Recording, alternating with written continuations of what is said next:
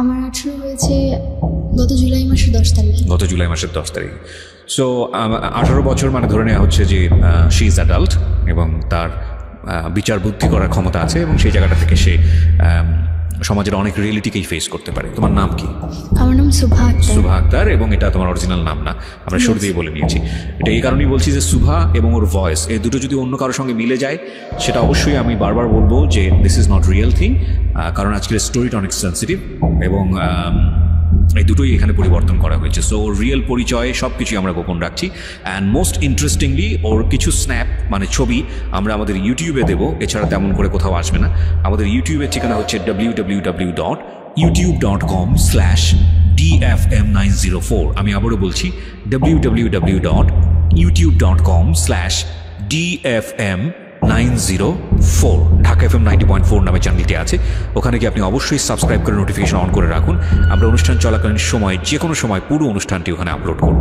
ওকে, এবং সেখানে আমাদের সুভার কিছু ছবি ওখানে থাকবে। জন্ম জেলা কোথায় তোমার? আমার ঢাকাতেই। ঢাকাতেই তুমি জন্ম হয়েছো, এখানেই বড় হয়েছে? হ্যাঁ। ওকে, ঠিক আছে, শুরু করো। তুমি কেন ফিল করলা, তার আগে বলো তো, আমি তোমার স্টোরিটা কিছুটা জানি, কেন ফিল করলা যে এই ধরনের গল্প তুমি সিক্রেটসে এসে বলবা? আমি এই কারণে বলতে চাচ্ছি যে আমাদের সমাজে এমন অনেক মেয়ে আছে যাদের পরিবারে এরকম অনেক ঘটনা ঘটছে, কিন্তু সবাই কিন্তু বলতে পারছে না। আবার অনেক সময় আবার অনেক সময় হচ্ছে যে অনেকে জিনিসগুলো ফেস করে মেনে নিচ্ছে, আবার অনেকে খারাপ পথও বেছে নিচ্ছে। সো তার চেয়ে যদি কেউ আমার কথাটা শুনে নিজের বুদ্ধি খাটিয়ে যদি কোনো ভালো কিছু করে, অন্তত তার জীবনে কিছু পরিবর্তন আসতে পারে। সো তুমি এই পার্সপেক্টিভ থেকে এটা বলছো। এখানে একটা বিষয় অবশ্যই খেয়াল রাখবেন প্রিয় শ্রোতা, ও যে বিষয়টা নিয়ে আজকে এখানে এক্সপ্লোর করতে যাচ্ছি এটা অত্যন্ত সাহসী একটা পদক্ষেপ আমি বলবো, কিন্তু এটা থেকে আসলে বের হওয়ার জন্য কোনো রিমেডি আছে কিনা সেটা আমরা পুরো স্টোরিটা শোনার পরে সবাই মিলে ডিসকাস করতে পারি। চলো শুরু করো একেবারে ছোটোবেলা থেকে, যেখান থেকে তুমি বলতেছি। আমরা ব্যাকগ্রাউন্ডে থাকবো প্রথমে। আমার আজকে 18 বছর বয়স। আমি ছোটোবেলা থেকে বড় হয়েছি ঢাকাতেই। আমার জন্ম হওয়ার 3 মাস পর আমার বাবা বাইরে চলে যায়। জি। দেন 3 তুমি কি বড় সন্তান? হ্যাঁ, আমি আমার ফ্যামিলির বড়। কয় ভাই বোন তোমরা? আমরা 3 ভাই বোন, আমি সবার বড়, আমার ছোট 2 ভাই আছে। ছোট 2 ভাই আছে, ওকে। তো বাবা চলে যায়, তো তখন আমি অবশ্যই ছোট ছিলাম। আমার মুখে যতটুকু শোনা যে আমি বাবা আর মায়ের দিক থেকে খুব সেন্সিটিভ ছিলাম। আমার বাবার একটা ছবি ছিল বাসায়, আমি আমার বাবার ছবি ছাড়া কাউকে বাবা বলতাম না। ওকে। এমনকি আমার চাচা ছিল, কাকা ছিল, তারাও অনেক সময় চেষ্টা করতো তাদেরকে বাবা বলানোর জন্য, কিন্তু আমি কখনোই বলতাম না। আমার বাবার ছবি দেখেই বলতাম যে উনি আমার বাবা। ওকে। অ্যান্ড 3 বছর পর যখন আমার বাবা বাইরে থেকে আসে, সৌদি আরবে ছিল যখন আসে, তখন আমার বাবার গাল ভর্তি দাঁড়িয়ে ছিল। অ্যান্ড 3 বছর আগে সে যেমন ছিল বা আমার ছবিতে যেরকম ছিল সেরকমটা ছিল না। দেন আমার মা আমার বাবাকে পরিচয় করে দেয় যে আমি আমার বাবা উনি। তো স্বাভাবিক আমরা মায়ের মুখে শুনেই জানি যে ইনি আমার বাবা, বা আমাদের সাথে যাদের পরিচয় করে দেবে তারাই তাদেরই আমার পরিচয়ভাবে চিনি। তো আমি আমার বাবার ছবি দেখে তার সাথে যখন ফেস মিলাই, দেন আমার কাছে ভালো লাগেনি। অ্যান্ড ফেস মিলছিল না, অ্যান্ড ছোটো ছিলাম, বুঝিনি। অ্যান্ড আমি তাকে বাবা বলে মেনে নিইনি। শুধু তাই নয়, আমি কখনো তাকে বাবা বলে ডাকতামও না। দেন ধীরে ধীরে যখন আস্তে আস্তে বড় হতে লাগলাম, তখন তার ফেসের সাথে বুঝতে লাগলাম যে না, উনি আমার বাবা। দেন মেনে নিয়েছি। অ্যান্ড আমাদের ফ্যামিলিটা খুব ভালোই ছিল। আমি আমার ফ্যামিলির ব্যাপারে কখনোই কোনো কিছু জানতাম না। অ্যান্ড আমি এই ব্যাপারে কখনো কোনো কিছু জানার চেষ্টাও করতাম না। আমার এই ব্যাপারে কোনো আগ্রহ ছিল না, কজ ফ্যামিলিতে সবাই একজন আরেকজনের দায়িত্বে থাকে, কিন্তু তবুও কিন্তু একটা ব্যক্তিগত ব্যাপার বলতে কিছু থাকে। দেন আমাকে ছোটোবেলা থেকে আমি প্লে, নার্সারি, কেজি এগুলো আমি আমাদের এলাকার একটি স্কুলে পড়েছি। দেন পরবর্তীতে আমাকে আমার এলাকার বা দাদাতুল নার্সারি স্কুলে ভর্তি করানো হয়েছে। আমি ওখানে পড়াশোনা কন্টিনিউ চালিয়েছি। যখন আমার যখন আমি 7 উঠি, স্বাভাবিক বয়সের খাতিরে মানুষ কিন্তু ভুল করে। তো আমার আব্বু আম্মু আমার সাথে খুব খারাপ আচরণ করে। খারাপ আচরণ বলতে আমার গায়ে হাত তুলে। কি ছিল ঘটনা, কেন গায়ে হাত তুলে? রিজনটা ছিল যে আমি কেন রিলেশন করছি। কি রিলেশনটা তুমি পড়লে কিভাবে, কি হয়েছে? পড়েছি, আমাকে প্রপোজ করে। ক্লাস 7 এ থাকতে আমার পাশের বাড়িতে ছিল একজন ভাড়া থাকতো।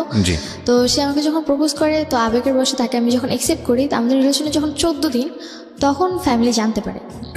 একটু থামাচ্ছি আমি, সেটা হচ্ছে যে পাশের বাড়িতে যে ছিল ও কোন ক্লাসে পড়তো? পড়াশোনা করতো না। ও ও কি তোমার চেয়ে বয়সে অনেক বড় ছিল? হ্যাঁ, বড় ছিল বয়সে, পড়াশোনা 2-3 বছর আগে ছেড়ে দিয়েছে। আচ্ছা। অ্যান্ড জব করতো। তোমার চেয়ে বয়সে অনেক বেশি বড় ছিল। আচ্ছা, সে তোমাকে প্রপোজ করে? হ্যাঁ। আচ্ছা, তো যখন আমি অ্যাকসেপ্ট করি, আব্বু আম্মু আমাকে তেমন কিছু বলেনি। জাস্ট তোমার আব্বু আম্মু জানলো কিভাবে বিষয়টা? আব্বু আম্মু জানতে পেরেছে আমি আব্বুর ফোন দিয়ে কথা বলছিলাম। আচ্ছা। দেন আব্বুর ফোনে নাম্বারটা ছিল, অ্যান্ড রাতের বেলা সে যাচ্ছিল যে আমার সাথে দেখা করবে। আচ্ছা। অ্যান্ড আমার মনে খুব ভয় ছিল, তো আমি ফোনটা সাইলেন্ট করে আমার বালিশের নিচে রেখে ঘুমিয়ে পড়েছিলাম। দেন হঠাৎ করে আব্বু ঘুম থেকে উঠে দেখে যে বাইরের লাইট জ্বলছে, অ্যান্ড আব্বুর ফোন কাছে নি। যখন সে আমার বালিশের নিচে ফোনটা দেখে, রিসিভ করে ফোন, তো আমি ওখান থেকে, আব্বু কোনো কথা বলে না, কিন্তু অপর সাইড থেকে কথা আসে যে তুমি আমার সাথে দেখা করবে, আর তা নাহলে তোমার সাথে আমার ব্রেকআপ। ওকে, এই ধরনের কথা আসে? হ্যাঁ। ওকে। তো পরে এই কথাটা শোনার পর আব্বু খুব রেগে যায়, অ্যান্ড আমাকে ওই দিন খুব মারে, অ্যান্ড আমার পড়াশোনাও অফ করে দিতে চেয়েছিল, কিন্তু আম্মু কোনোভাবে হয়তো বা আমার পড়াশোনা। বাবা এর আগে কি তোমার কখনো গায়ে হাত তুলেছে? না, ওই ফার্স্ট টাইম। তোমাকে কিভাবে বাবা এগুলো খেয়াল করবেন? কারণ this is a very important thing. বাবা তোমার কাছে অনেক প্রিয় এবং অনেক রেসপেক্টেড একটা জায়গায় ছিল কি? ওকে। সো তোমাকে বাবা ওই ঘটনা জানার পরে তোমাকে বাবা কি করেছে? আমাকে প্রথমে 2-3টা থাপ্পড় মারে। জিজ্ঞেস করেনি যে কি হয়েছে ঘটনাটা? আমাকে জিজ্ঞেস করেছিল, দেন আমাকে বলার কোনো স্কোপ দেয়নি। আমি কিছু বলার আগে উনি আমাকে মারতে শুরু করে। অ্যান্ড তোমার ওই সময় ফিলটা কি ছিল যে যখন এরকম একটা ঘটনা, তোমার ক্লাস 7-এ, বয়স খুব বেশি হলে 12 থেকে 13, তোমার বাবা এটা জেনে গেছে এবং তুমি তো নিজে থেকেই ভয় পাওয়ার কথা? হ্যাঁ, আমি খুব ভয় পেয়ে গিয়েছিলাম। অ্যান্ড আমি বলছিলাম যে আব্বু আমার কথাটা শোনো, আমি সরি যে আমি ভুল করছি, অন্তত আমার কথাটা শোনো। তারপরে তার একটাই কথা ছিল, কেন তুমি ফোন ধরবা আর কেন বা তুমি কথা বলবা? ওকে। অ্যান্ড যে ঘরে যে মাটি খোঁড়ার জন্য শাপলগুলো থাকে, আমরা যেগুলোকে বলে থাকি, তো আব্বু আমাকে ওটাতে অনেকক্ষণ মারে, অ্যান্ড আমার হাত পা কেটে যায়। তো শাবল দিয়ে মারে? হ্যাঁ। আর ওটা মানে রড জাতীয় ছিল, যার কারণে হাত পা কেটে গিয়েছিল। দেন পরবর্তীতে আম্মু জিনিসটা হয়তোবা তার কাছে খুব খারাপ লেগেছিল, তো এই কারণে আম্মু পরে আব্বুকে আটকায়, পরে আমাকে আর কিছু বলে না। দেন তারপর থেকে আব্বুর সাথে আমার কথা বলা সব কিছু কমে যায়। কজ আমার একটা জিনিসই মানে মনে হচ্ছিল যে আমার কথাটা কেন সে শুনলো না। মানে ভয় কাজ করে নাকি রাগ কাজ করে? ভয় রাগ দুটোই। ওকে। তারপরে দেন পরবর্তীতে আমার লাইফে আর তেমন কোনো ঘটনা ঘটেনি। ক্লাস 8-এ আমি জিএসসি পরীক্ষা দেওয়ার পর ওই ছেলেটার সঙ্গে সম্পর্ক কি হলো? ওই ছেলের সাথে পরে ব্রেকআপ হয়েছে। ব্রেকআপ কি তোমার থেকে হয়েছে নাকি তোমার আব্বু গিয়ে কোনো স্টেপ নিয়েছিল ছেলেটাকে? আব্বু গিয়ে স্টেপ নিয়েছিল বলতে, আমাকে তারপর প্রতিদিনে আব্বু স্কুলে দিয়ে আসতো, নিয়ে আসতো। আচ্ছা। অ্যান্ড পরবর্তীতে ছেলেটা আমাকে জাস্ট একটাই কোশ্চেন করেছিল যে রিলেশনে কি তুমি কন্টিনিউ করবা নাকি করবা না। তোমার ফ্যামিলিতে এত বড় ঘটনা ঘটে গেছে কিছু জানতো না? সে কিছু জানতো না। আচ্ছা। তো পরে আমি বলেছি যে না, আমার পক্ষে সম্পূর্ণ কন্টিনিউ রাখা, কজ আমি অলরেডি আমার আব্বু আমাকে অনেক কষ্ট দিয়েছি। আমার কথাটা ছিল এরকম। পরে সে বলে যে ওকে ঠিক আছে। তো তারপর তার সাথে আমার কোনো কন্ট্যাক্ট হয়নি। অবশ্য তার নাম্বারটা আমার মুখস্থ ছিল না, আমি কার্ড থেকে তার নাম্বার অলওয়েজ তুলতাম, আর কার্ডটা পরবর্তীতে আব্বু আমার ব্যাগ থেকে ফেলে দেয়, যার কারণে আমার পরবর্তীতে আর কোনো কথা হয়নি। তো ক্লাস 8-এ জিএসসি এক্সাম সময় বাবা ছিল। দেন জিএসসি এক্সাম শেষ ডিসেম্বর 1 তারিখে বাবা কাতার চলে যায়। আচ্ছা। অ্যান্ড তারপরে আব্বু যে আবার 1 মাস পর আম্মু আমার হাতে একটা ফোন ধরিয়ে দেয়। সেটা হচ্ছে নোকিয়া ফোন, টাচ ফোন ছিল, মানে নতুন মডেল যেটা বের হয়েছিল। তো পরে নতুন ফোন ছিল, অনেক খুশি ছিলাম আমি। তো আমি বুঝতাম না তখন যে কী হচ্ছিল। তো রাতে আমি FM শুনতাম বা ফোনে ফেসবুক ইউজ করতাম। তখন আম্মু দেখতাম রাতের পর রাত জেগে কথা বলে। তো তোমাকে ফোন দিল, এটা কি তুমি চেয়েছিলে নাকি এমনিতেই তোমাকে দিল? নিজে থেকেই তারা দিয়েছিল। নিজে থেকেই দিল? হ্যাঁ। যে তুমি এটা ইউজ করো? হ্যাঁ, এটা আমাকে ইউজ করো, কাজ আম্মু অনেক সময় বাইরে যেত, বাসায় কন্ট্যাক্ট করতে হতো, এই কারণে সে আমাকে ফোনটা দিয়েছিল। ওকে।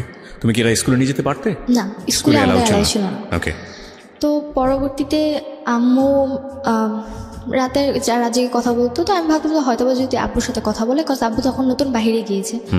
তো পরবর্তীতে জানতে পারলাম যে আব্বুর ফোন ছিল না, বাইরে যখন যায় তখন তার কাছে ফোন ছিল না, অ্যান্ড সে আরেকজনের ফোন নিয়ে আম্মুর সাথে 2-1 মিনিট করে কথা বলতো। তো পরবর্তীতে আমি আম্মুকে কোশ্চেন করলাম যে তুমি কার সাথে কথা বলো? পরে আম্মু বললো যে আমার এক রিলেটিভের সাথে কথা বলি। আর কথাটা হচ্ছে যে আম্মুর বিয়ের আগে, আম্মুর বিয়ে হয়েছিল 18 বছর, আই মিন এসএসসি এক্সামের আগে। তো তার আগে তার একটা রিলেশন ছিল। দেন রিলেশন ছিল, সে তাকে খুব লাভ করতেন, তাদের মধ্যে খুব ঘনিষ্ঠ সম্পর্ক ছিল। অ্যান্ড যখন আম্মুর ফ্যামিলিটা জানতে পারে, আমাকে একটা বিয়ে দিয়ে দেয়। সেটাই তোমার বাবা ছিল? না, সে ছিল একটা স্কুল মাস্টার ছিল। ওকে। তার সাথে যখন আমার মায়ের বিয়ে দেয়, তারপর 6 মাস সংসার হয়, দেন আম্মু নাকি তার সাথে সংসার করতে চায়নি। আচ্ছা, যার কারণে সেখান থেকে আম্মু চলে আসে, অ্যান্ড পরবর্তীতে তাদের ডিভোর্স করিয়ে দেওয়া হয়, অ্যান্ড তার 3 মাস পর আমার আব্বুর সাথে বিয়ে হয়। এটা কি তোমার আব্বু আম্মু কি এটা কি অ্যারেঞ্জ ম্যারেজ ছিল নাকি ফ্যামিলি অ্যারেঞ্জ ম্যারেজ ছিল, দুপক্ষ থেকে অ্যারেঞ্জ ছিল? হ্যাঁ। ওকে, তো আমি এই ব্যাপারগুলো জানতাম না। কোথা থেকে জেনেছো তুমি এটা? আমার একটা ফ্রেন্ড ছিল, আমার আম্মুর আবার বান্ধবী ছিল, তো তার মেয়ে আবার আমার ফ্রেন্ড।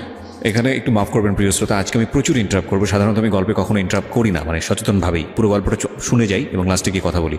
কিন্তু আজকে ইন্টারাপ্ট করার বিশেষ কারণ আছে, কারণ আমি চাই গল্পের ভেতরটা, ব্যাকগ্রাউন্ডটা খুব চমৎকারভাবে উঠে আসুক। নইলে সামনে আমরা যে সিচুয়েশনটা ফেস করতে যাচ্ছি সেটার অনেক প্রশ্নের উত্তরই মিলবে না। কজ আমরা যে ব্যাকগ্রাউন্ডটা আপনারা আছেন, এই ব্যাকগ্রাউন্ডটা খুব ভালো করে শুনবেন, প্রত্যেকটা বিষয় খুব ভালো করে শুনবেন। অলরেডি আমরা দুটো ঘটনার মুখোমুখি হয়েছি। নাম্বার 1, সেটা হচ্ছে ক্লাস 7-এ থাকতে ওকে যেভাবে এই একটা ঘটনার প্রেক্ষাপট ওকে যেভাবে টর্চার করা হলো সেটাও খুব ভালোভাবে নিতে পারেনি, যদিও বিষয়টা পরবর্তীতে মিনিমাইজ হয়ে গেছে, কিন্তু সাবসিকুয়েন্ট মাইন্ডে বিষয়টা থাকার কথা। 2 নাম্বার হলো ও ফোন না চাইতে ওকে ফোন দেওয়া হয়েছে, যেটা ওর ভাষ্য।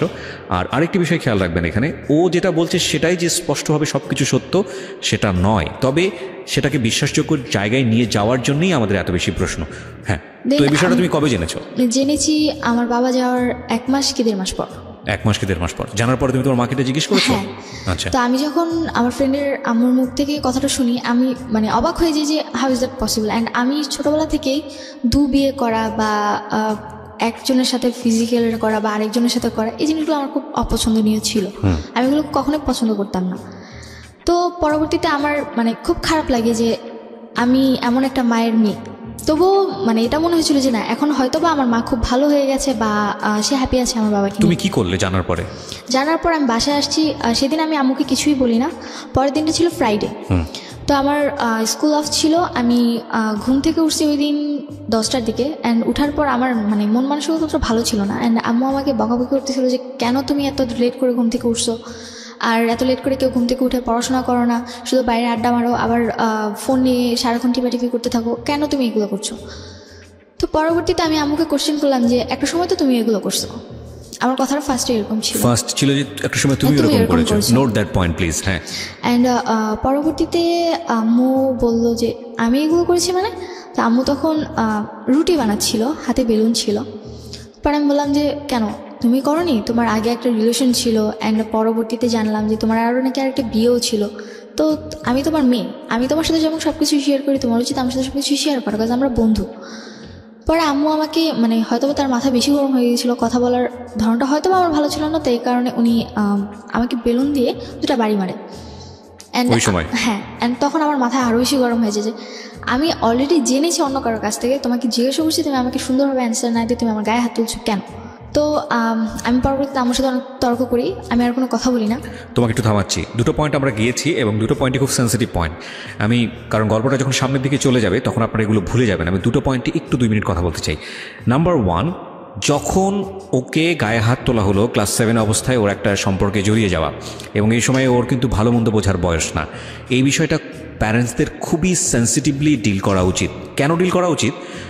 ওর লাইফে একটা সময় সম্পর্ক আসবে, সেটা খুব স্বাভাবিকভাবেই হবে। ওকে প্রথমেই যদি এই ধরনের একটা ধারণা দিয়ে দেওয়া হয়, তাহলে স্বাভাবিকভাবেই অন্য কোনো যখন পরিণত বয়সে একটা সম্পর্ক আসার কথা, তখন ওর মাথার মধ্যে কিন্তু এই জিনিসটা কাজ করবে, যেটা খুব খারাপ জিনিস, এবং ওইটা তো স্বাভাবিক হতে পারবে না। এটা একটা। আরেকটা বিষয় যেটা যে এতে হিতে বিপরীত হতে পারে, মানে ওর গায়ে যেভাবে হাত তোলা হয়েছে তাতে করে কিন্তু খুব রাফ ডিসিশন নিয়ে ফেলতে পারে, কারণ বয়সটা খুবই ইয়াং বয়স। তো সেই জায়গাটা থেকে ওকে ডিল করা উচিত ছিল খুব সফটলি, যেটা প্যারেন্টস করেননি। মায়ের ভুলটা দেখেন, ও হ্যাঁ, এটা এখানে ওরও একটা ভুল আছে, সেটা হচ্ছে যে যখন ওর বান্ধবীর মায়ের কাছ থেকে বিষয়টা জানলো, ওর উচিত ছিল মাকে এসে জিজ্ঞেস করা যে মা এরকম ঘটনা ঘটেছে কিনা। খুব স্বাভাবিকভাবেই একটা সন্তান ওই বয়সে সে ভালো মন্দ বোঝে না, তার খারাপ লাগাটা খুব স্বাভাবিক, কারণ যেহেতু ওর স্বাভাবিকভাবেই এই জিনিসটাকে প্রেজেন্ট করা হয়েছে, কিন্তু ও সেটা করেনি। এবং এর প্রেক্ষাপটে ওর মা এসে যেই ব্যবহারটা করলো সেটা আরও ভয়ানক রকমের ভুল। একটা জিনিস আমরা হয়তো অ্যাকসেপ্ট করে নিলাম, যেহেতু ওর বয়স ছোট এবং ও যেহেতু বিষয়টা বোঝেনি, ও এসে ও মাকে ওইভাবে বলতে পারেনি, সে কারণে সে খুব রাফলি জিনিসটাকে প্রেজেন্ট করেছে। কিন্তু ওর মার উচিত ছিল বিষয়টা ওর কাছ থেকে খুব সুন্দর করে জেনে তারপর ওকে খুব সুন্দর করে বুঝিয়ে দেয়া। আমরা যেই প্রযুক্তির যুগে বসবাস করি, সেখানে আমাদের সন্তানেরা আমাদের অতীত জানবে না, এটা হতেই পারে না। আমাদের অতীত তারা জানবেই। একটা সময় যদি আপনি ভুল করে থাকেন বা কোনো কোনো একটা বিপদের মধ্যে পড়ে থাকেন বা যাই কিছু করে থাকেন না কেন, এই প্রযুক্তির যুগে সব কিছু ডকুমেন্ট থেকে যায় এবং একটা সময় গিয়ে আপনার সন্তান সেটা জানবেই। সুতরাং সেটার জন্য আপনার একটু প্রিপেয়ার থাকা উচিত যে আপনি বিষয়টাকে কত সফটলি আপনি আপনার সন্তানকে খুব সুন্দর করে জিনিসটা বোঝাবেন, যাতে করে তার মানসিকভাবে কোনো ধরনের সে বিপর্যয়ের মুখে না পড়ে। হ্যাঁ বলো তারপর। তারপর থেকে আমার সাথে হ্যাঁ গায়ে হাত তুললো। পরে আমার সাথে আমার কোনো কথা বলি না, আমি রাগ করে আমার সাথে কথা বলি না। কিন্তু ওই প্রশ্নের উত্তর কি দিল তোমার মা? তুমি যখন বললা এটা প্রশ্নের পরবর্তীতে আম্মু আমাকে আর কিছু বলেনি, শুধু গায়ে হাত তুললো। হ্যাঁ গায়ে হাত তুলেছে আর পরে এটাই বলেছে যে আমাদের ব্যাপারে তোমার না জানলেও চলবে। Oh this is a big mistake, big mistake. Okay. And এটা বলেছিল যে আমাদের ব্যাপারে তোমার না জানলেও চলবে, অ্যান্ড নিজের লাইফের ব্যাপারে ফোকাস দাও, তোমার ফ্যামিলির ব্যাপারে এত কিছু জানার প্রয়োজন নেই। তারপর আম্মুর সাথে আমার কথা হয়নি 2-3 দিন, অ্যান্ড তারপরে দেখি যে আম্মু একজনের সাথে কথা বলে অ্যান্ড বাইরে গিয়ে দেখা করে। তখন কি তুমি তোমার মার সঙ্গে স্বাভাবিক ছিলে, কথাবার্তা বলতে নাকি একদম চুপচাপ? নরমালি ওরকম কথা হতো না, জাস্ট খেয়েছো কিনা বা খাবা কিনা বা স্কুলে যাবা কিনা। তোমার কোনো ফ্রেন্ড ছিল ওই মুহূর্তে তাদের সাথে তুমি এই বিষয়গুলো শেয়ার করতে? না, আমার আসলে আমি ছোটবেলা থেকে আমি স্কুলে পড়তাম, কিন্তু আমার ছোটবেলার স্কুল লাইফটা ছিল সবচেয়ে খারাপ। কেন? কজ আমি স্কুল লাইফে আমি কখনো কোনো ফ্রেন্ড করতাম না। আমার নিজের কাছে খুব খারাপ লাগতো, কজ সবার ফ্যামিলি এত সুন্দর, অ্যান্ড আমি সবসময় একটা জিনিস চাইতাম যে আমার মা, সবার মায়েরা তাদের স্টুডেন্টসকে মানে বাচ্চাদেরকে নিতে আসে, আমি চাইতাম যে আমার আম্মু যেন আমাকে নিতে আসে। যদিও যে বছরে যদি 2-1বারও সে আমাকে আনতে যেত, মানে তার চেয়ে মানে সেদিনটা মনে হতো যে আমার ঈদের মতো খুশি যে সে আমাকে নিতে আসছে। নিতে যেত না কেন? কোনো কারণ ছিল? নিতে যেত না, তখন আমার ছোট ভাই হয়েছিল, অ্যান্ড তার একটাই কথা ছিল যে তোমার ছোট ভাইকে বাসায় রাখতে হয়, দেখতে হয়। তো বাসায় কেউ ছিল না? না, বাসায় কেউ ছিল না। সো তুমি তোমার জায়গা থেকে এটা ফিল করতে, কিন্তু তোমার মায়ের জায়গা থেকে বিষয়টা লজিক্যাল ছিল। হ্যাঁ লজিক্যাল ছিল। তো তোমাকে সুন্দর করে বোঝাতো না বিষয়টা যে দেখো বাবা আমার এরকম সমস্যা যে কারণে নিতে পারে? কখনো বুঝাইনি, মানে আমার মায়ের আচরণ ছোটবেলা থেকে অনেক রাফ ছিল, অ্যান্ড একটা মা উনি তো একটা মানুষের নিম্ন স্তরে যেই বকাবকি করে বা স্ল্যাং, হ্যাঁ কটু কথা বলে, মানে একটা মানুষের নিম্ন স্তরের চেয়ে নিচু কথা উনি আমাকে বলতো। আমি আগেই বলেছি আজকে আমি অনেক ইন্টারাপ্ট করব। আমি আপনাদের যারা রেডিওতে এটা শুনছেন তাদের হয়তো মনে হতে পারে যে এটা কীভাবে সম্ভব। আমি আমার একটা গিবত হয়েছে, আল্লাহ মাফ করুক। আমি জাস্ট একটা এক্সাম্পল দিই। আমার পাশের বাসায় এরকম একটা ঘটনা ঘটে রেগুলারলি। মেয়েটার বয়স আমি জানি না, এবং হঠাৎ করে সেদিন আমি শুনছিলাম, বাসায় ছিলাম অল্প সময়ের জন্য, মা এবং মেয়ের কনভারসেশন। মা মেয়েকে যেভাবে গালি দিচ্ছে, যে কথাগুলো বলছে, সেটা আমার কাছে কোয়াইট আনথিঙ্কেবল মনে হয়েছে।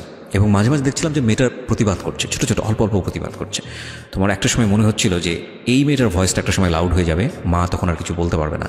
কারণ বিষয়টা আসলে তাই হয়, আমরা যত কিছুই থাকি না কেন, হয়তো ওই মায়ের লাইফে একটা গল্প আছে, সে অনেক বেশি ফ্রাস্ট্রেটেড, নিশ্চয়ই আছে, নইলে মেয়ের সঙ্গে এত খারাপ ব্যবহার কেন করবে। কিন্তু এটা একটা না মানে শস্য জমির মতো, আপনি যে কাজটা করছেন সেটার রেজাল্ট আপনাকে পেতেই হবে। এবং আপনি একজনের উপর ফ্রাস্ট্রেটেড হয়ে যদি আপনি আপনার সন্তানের সাথে খারাপ ব্যবহার করেন, আপনার সন্তান এটা কড়াই গন্ডায় আপনাকে দিয়ে দিবে, ব্যাগ দিয়ে দিবে। যাই হোক, বলেন তারপর। তো আমার সাথে প্রচুর খারাপ ব্যবহার করতো, উঠতে বসতে খেতে বসলে অনেক খারাপ আচরণ করতো, অ্যান্ড মানে মাঝে মধ্যে নিজের কাছে এটা মনে হতো যে আল্লাহ কেন আমাকে বাঁচায় রাখছে, বা আমি কেন মরে যাই না। ওকে। তো এক পর্যায়ে সুইসাইড অ্যাটেম্পের চিন্তা করলাম। যে ক্লাস 7 এর থাকতেই, তখন আমি ক্লাস 9-এ প্রথম দিকে ভর্তি হয়েছি। ওকে। তো ইচ্ছে করছিল যে বেঁচে থাকার চেয়ে মরে যাওয়াটা হয়তো আমার কাছে অনেক বেশি বেটার। তো আমার আম্মুর সাথে একটা ছেলের মানে নর্মালি কথা হতো, আমি শুধু জানতাম, কখনো দেখিনি। তো হঠাৎ একদিন রোজার মাস, তখন আমার বাসায় আসছে সে। তো তখন আমার বাসায় তাকে দেখে আমি অবাক যে কে এই লোকটা, অ্যান্ড সে দেখতে নর্মালি সুন্দর ছিল, তো আমার ভালো লাগে, কিন্তু আমি কখনো তাকে কথা বলতাম না। অ্যান্ড পরবর্তীতে যখন দেখলাম যে রাতের পর রাত আম্মু তার সাথে কথা বলতেছে, আমার নিজের কাছে তার প্রতি একটা ঘৃণা জন্ম নিল যে মানে একটা বিবাহিত মহিলা তার সাথে কী করে সে এত রাত জেগে কথা বলে, আর সে জায়গায় কিনা সে অনার্স 3rd ইয়ারে পড়ছে, একটা ছেলে। নিজের কাছে খুব খারাপ লাগতো। আমি তাকে মাকে জিজ্ঞেস করলাম না যে ছেলেটা বাসায় আসলে ছেলেটাকে, সে ছিল, পরে বললো যে আমাকে পরিচয় করিয়ে দিল যে আমি তাকে আমার ভাই বলে জানি, তোমার মামা। তোমার মামা? হ্যাঁ, আমার মামা। পরে আমি বললাম যে আচ্ছা ঠিক আছে। তো আমি কখনো তার সাথে কথা বলতাম না, আমি পছন্দই করতাম না তাকে, কোনোভাবেই পছন্দ করতাম না, আমার বিরক্ত লাগতো তাকে দেখলে। তো সে যদি বাসায় আসতো আমি বের হয়ে যেতাম, বা সে যদি ঘরে থাকতো আমি অন্য রুমে গিয়ে বসে থাকতাম, কখনো তার সাথে কথা বলতাম। বাট তোমার তো উল্টো আচরণ হওয়া উচিত, যে একটা যাকে তুমি পছন্দ করছো না এবং তুমি গেস করছো যে তোমার মা ছেলেটার সঙ্গে কথাবার্তা বলছে, তো তুমি তাকে কেন স্পেস দিচ্ছ? তুমি তো তোমার মায়ের রুমেই বসে থাকা উচিত ছিল। বসে থাকার বলতে আমার ভালো লাগতো না তাদের কথা শুনতে, আর তারা যেরকম কথা বলতো আমার পছন্দ হতো না, বিরক্ত লাগতো। তোমার সামনে এটা করতো? হ্যাঁ, আমার সামনে করতো। ধরনের কথা পরবর্তীতে চলে যেতাম, মানে তারা একসাথে বসে কথা বলতো, আবার ছেলেটা আমার হাত ধরতো, এগুলো আমার পছন্দ ছিল না। তোমার সামনে এটা করতো? হ্যাঁ, আমার সামনে এটা করতো। তোমাকে অ্যাভয়েড করতো? তুমি এগুলো পছন্দ করতে না? অ্যাভয়েড বলতে যখন একটু বেশি মানে গভীর হয়ে যেত তখন আমাকে বলতো যে একটু বাইরে যাও, দেখো তোমার ভাই কোথায় আছে। ছি ছি ছি ছি। তো পরবর্তীতে এর মধ্যে আমার ছোট ভাই জন্ম নেয়, একদম একটা ছোট। মিনিট, একটু থামাচ্ছি, সরি। সেটা হচ্ছে যে যখন এই জিনিসটা হতো তুমি তো একটা গেস করতে যেটা এটা this is a bad thing. হ্যাঁ, ব্যাড তো তো ওই সময়টাতে তুমি এগুলো কি করতে? তোমার ভেতরের ইমপ্রেশনটা মানে কি হতো? খুব খারাপ লাগতো, ইচ্ছে করতে যে হয় ওকে মেরে ফেলে, মানে আমার মাকে মেরে ফেলে, আর তাহলে নিজে মরে যায়। মানে এতটা খারাপ লাগতো, মানে খুব গিল্টি ফিল হতো নিজের মধ্যে। তো এর মধ্যে মানে যখন এই জিনিসগুলো দেখতাম তার মধ্যে হঠাৎ করে একদিন রাতে দেখি যে আমার বাসায় কেউ একজন আসছে। আমি আমার রুমে শুয়েছিলাম, আমার বাসায় কেউ একজন আসছে। তো তুমি তোমার মাকে বলতে যে মা এগুলো আমার ভালো লাগছে ঠিক না? হ্যাঁ, আমরা বলতাম মাঝে মধ্যে যে আমি এগুলো কেন করো, তো আমি বলতো যে কি করি, কিছুই তো করি না, জাস্ট নর্মালি কথা বলি, মানে তার কথাটা উড়াই দিত। তুমি তোমার মাকে বলতে পারছো মা কেন আসবে উনি বাসাতে? হ্যাঁ, আমি বলতাম। পরে বলতো যে আসে ভাই, আমার কথা বলতে আসে, মাঝে মধ্যে দেখো না খাবার টাবার নিয়ে আসে, ওনার পছন্দ, এই কারণে আসে, এছাড়া আর কিছু বলতো। বাট তোমার যে ভালো লাগে না এটা বিষয়টা এটা আমি বলেছি তাকে। তার কথা একটা, তোমার ভালো লাগলে কে, সে তোমার কাছে আসে না, তুমি কেন এটা মানে কেয়ার করতেছো? তার কথাটা ছিল এরকম, আমি কেন কেয়ার করতেছি, সে তো আমার কাছে আসতেছে না, আসতেছে তার কাছে, তার ভালো লাগছে। তোমাদের বাসাটার আশেপাশে কোনো লোকজন ছিল না? আসলে আমাদের বাসার আশেপাশে যে লোকজন ছিল মানে তারা তাদের মতো বিজি। পাশে একজন হিন্দুদের ফ্যামিলি আছে, ফ্ল্যাট এটা? হ্যাঁ। তো সে তার মতো থাকতো, আর আমাদের ডান পাশে যারা থাকতো তারাও তাদের মতো বিজি থাকতো, মানে তাদের আচরণটা অনেক খারাপ ছিল, যার কারণে তাদের সাথে কেউ মিশতে পারতো না। মানে এই বিষয়টা কিরকম ছিল যে তোমাদের সঙ্গে তাদের কোনো সম্পর্ক ছিল না? সম্পর্ক ছিল না। ওকে। আর আমাদের আশেপাশে যারাই আসছিল নতুন নতুন আসছিল, তো নতুন নতুন তাদের তোমার সঙ্গে তোমার বাবার সম্পর্ক কেমন ছিল? প্রথমে খুব ভালো ছিল, অ্যান্ড 7 এর কাহিনী আমি জানি যে সময়ের গল্পে আছে ওই সময় কেমন ছিল? ওই সময় অতটা ভালো ছিল না, মানে সে আমার সাথে কথা বলতো না বেশি। বাবাও তোমার সাথে কথা বলতো না? কথা বলতো না, জাস্ট কেমন আছো, ভালো আছো, শেষ। বাবা তোমার সঙ্গে কথা বলতো না কেন? কথা বলতো না, সে বলতো আমি খারাপ হয়ে গেছি, ঘোরাফেরা করি, ফোন ইউজ করি, ফেসবুক চালাই, আর তাদের আমার ফ্যামিলির কাছে ফেসবুক ইউটিউব জিনিসটা ছিল সবচেয়ে খারাপ। ফোন তো তারাই দিয়েছে? হ্যাঁ, তারাই দিয়েছে। অ্যান্ড তারা বলতো যে কেন ফোন দিয়েছি, গান শুনো, নর্মালি ফ্রেন্ডসদের সাথে যদি কথা বলো হয় 2-1 মিনিট কথা বলো, আর আমাদের খবর না হলে নিব, তুমি কেন ফেসবুক ইউজ করো? তাদের কাছে ফেসবুক জিনিসটা খুবই খারাপ। মানে তোমার আব্বুর কোনো আইডি ছিল ফেসবুকে? না, কোনো আইডি ছিল না? আইডি ছিল না। ওকে। তারা তোমার কাছ থেকে পাসওয়ার্ড বা তারা ফেসবুক কিভাবে ইউজ করতে হয় এগুলো জানতো? তারা ইউজ করতে পারতো না ফেসবুকটা জিনিসটা। ওকে। তো এই কারণে তারা আরো বেশি খারাপভাবে হোস্ট করতে জিনিসটা। তো পরবর্তীতে যখন এখানে একটা বিষয় একটু বলি প্রিয় শ্রোতা, যেগুলো ভেরি ইম্পর্টেন্ট বিষয়, সেটা হচ্ছে যদি আপনার সন্তান কখনো এরকম ফেসবুক ইউজ করে আপনি এটাকে স্টপ করতে পারবেন না। যদি স্টপ করেন তাহলে যেটা হবে যে সে গোপন করে অন্য কিছুই ব্যবহার করে আপনাকে ধরা দেবে না। সো লেট হিম ফ্রি, তাকে ফেসবুক ইউটিউব সে যেটা করছে করতে দিন। আপনার এক্সেস রাখবেন একটা সার্টেন পিরিয়ড পর্যন্ত, লাইক ও বয়প্রাপ্ত হওয়া পর্যন্ত খুব সুন্দর করে বোঝাবেন বাবা তুমি যেটাই করো না কোনো প্রবলেম নাই, তোমার পাসওয়ার্ডটা আমার কাছে রাখো, তোমার আইডি টাইডি সব কিছু আমার কাছে রাখো, ওকে তুমি তোমার মতো করে করো। আমি যদি কখনো ফিল করি যে তোমার এই আইডিতে বা তোমার আমার এটাতে মনিটর করার প্রয়োজন আছে, তাহলে আমি এটা ঢুকে দেখবো যে তুমি কার সাথে কীভাবে কন্টিনিউ করছো। এটা তোমার সেফটির জন্য প্রয়োজন, বিকজ আমি যেহেতু তোমার চেয়ে অনেক বেশি এক্সপিরিয়েন্স এরিনাতে, আমি চাই না তুমি কোনো ভুল করো। So that is the best way. এরপরে যদি আপনার কোনো বেস্ট ওয়ে জানা থাকে ইউ ক্যান এক্সারসাইজ দিস। বলেন। তো তারপরে একদিন রাতে দেখলাম যে আমার বাসায় একজন আসছে। তো জিনিসটা আমার কাছে কোনোভাবেই ভালো লাগেনি। তো আমি পরে আমার রুমে যে নক করি, অ্যান্ড নক করার পর মানে আমি যেটা দেখি সেটার জন্য আমি একদম তৈরি ছিলাম না। আর রাত কটার দিকে এটা ঘটনা? তখন রাত মেবি 1:30 কি 2টা বাজে। তখন তুমি ক্লাস 9-এ পড়ো? হ্যাঁ, তখন ক্লাস 9। 1:30-2টার সময় তুমি কি করছিলে? 1:30-2টার দিকে বলতে আমি তখন রাত জেগে এফএম শুনতাম। দিনটা ছিল বৃহস্পতিবার। ভূত এফএম আগে ডর হতো মেবি কোনো একটা চ্যানেলে, আমার ঠিক মনে নেই, 89.2-তে। তো আমি সেটা শুনতেছিলাম, আর ওটা তো রাতে 2টা পর্যন্ত হতো। তো সেটা শুনতে শুনতে আমার কানে হেডফোন ছিল, আমি প্রথমে কোনো কিছু শুনিনি যে কেউ আসছে কিনা বা কোনো আওয়াজও পাইনি। পরবর্তীতে যখন আমি ওয়াশরুমে গেলাম তখন দেখলাম যে আমার রুমের লাইট অন করা। ওকে। তো পরে আমি আমার রুমে যখন নক করি, পরে আমার গেট খুলে দেখি যে আমার এক রিলেটিভ। তো আমি তখনও জানতাম না যে তার সাথে আমার আগের রিলেশন ছিল। তো পরবর্তীতে যখন আমি দেখে অবাক, পরে আমি জিজ্ঞেস করলাম আপনি এখানে এত রাতে? ছেলেটাকে জিজ্ঞেস করলাম। হ্যাঁ, চিন্তা তুমি তাকে? হ্যাঁ, চিনতাম, কজ আমার রিলেটিভ হয়। রিলেটিভ বলতে কি ধরনের রিলেটিভ? বলতে আমার আম্মুর যার সাথে রিলেশন ছিল তাকে আবার আমার এক খালামণি পছন্দ করতো। তো সে আবার আম্মুর সাথে যখন তার একটু ঝগড়া হচ্ছিল, তো সেই ঝগড়ার সময় আমার ওই খালামণি কোনো একভাবে আমার ওই বয়ফ্রেন্ডকে বিয়ে করে ফেলে। ওকে। বাট ওই সময়ে তুমি যাকে দেখলে তাকে তুমি আগে থেকে চিনতে কিনা? হ্যাঁ, আগে থেকে চিনতাম। আগে থেকে কিভাবে চিনতে? বিকজ খালামণির সাথে কয়েকবার আমাদের বাড়িতে আসছে, Okay. তো সেভাবে আমি চিনি। খালামণি মানে কি আপন খালামণি ছিল নাকি আপন না, একটু দূরে। তোমার মায়ের বান্ধবী ছিল? না, আমার আম্মুর খালার মেয়ে। তোমার আম্মুর খালার মেয়ে, সেই মেয়ের হাজবেন্ড হচ্ছে এটা? হ্যাঁ। ওকে, তোমার আম্মুর খালা। তো খালা মানে কি আপন খালা?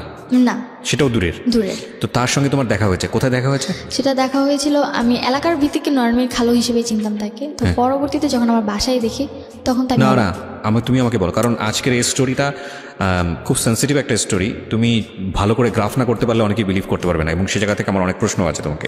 তোমার দেখা হয়েছে কোথায় ফার্স্ট তার সাথে? আমার ফার্স্ট দেখা খালামণির সাথে, আমি তাদের বাসা থেকে দেখি। খালামণির সাথে তুমি তাদের বাসায় কেন গিয়েছিলে? ছোটবেলা ছিলাম, তার ছেলে ছিল আমার বয়সী, তো তাদের সাথে খেলতাম। তো একদিন গেছি, আমি খালামণির হাজব্যান্ডকে কখনোই দেখিনি, বিকজ সে বাইরে ট্যুর দিয়ে জব করতো।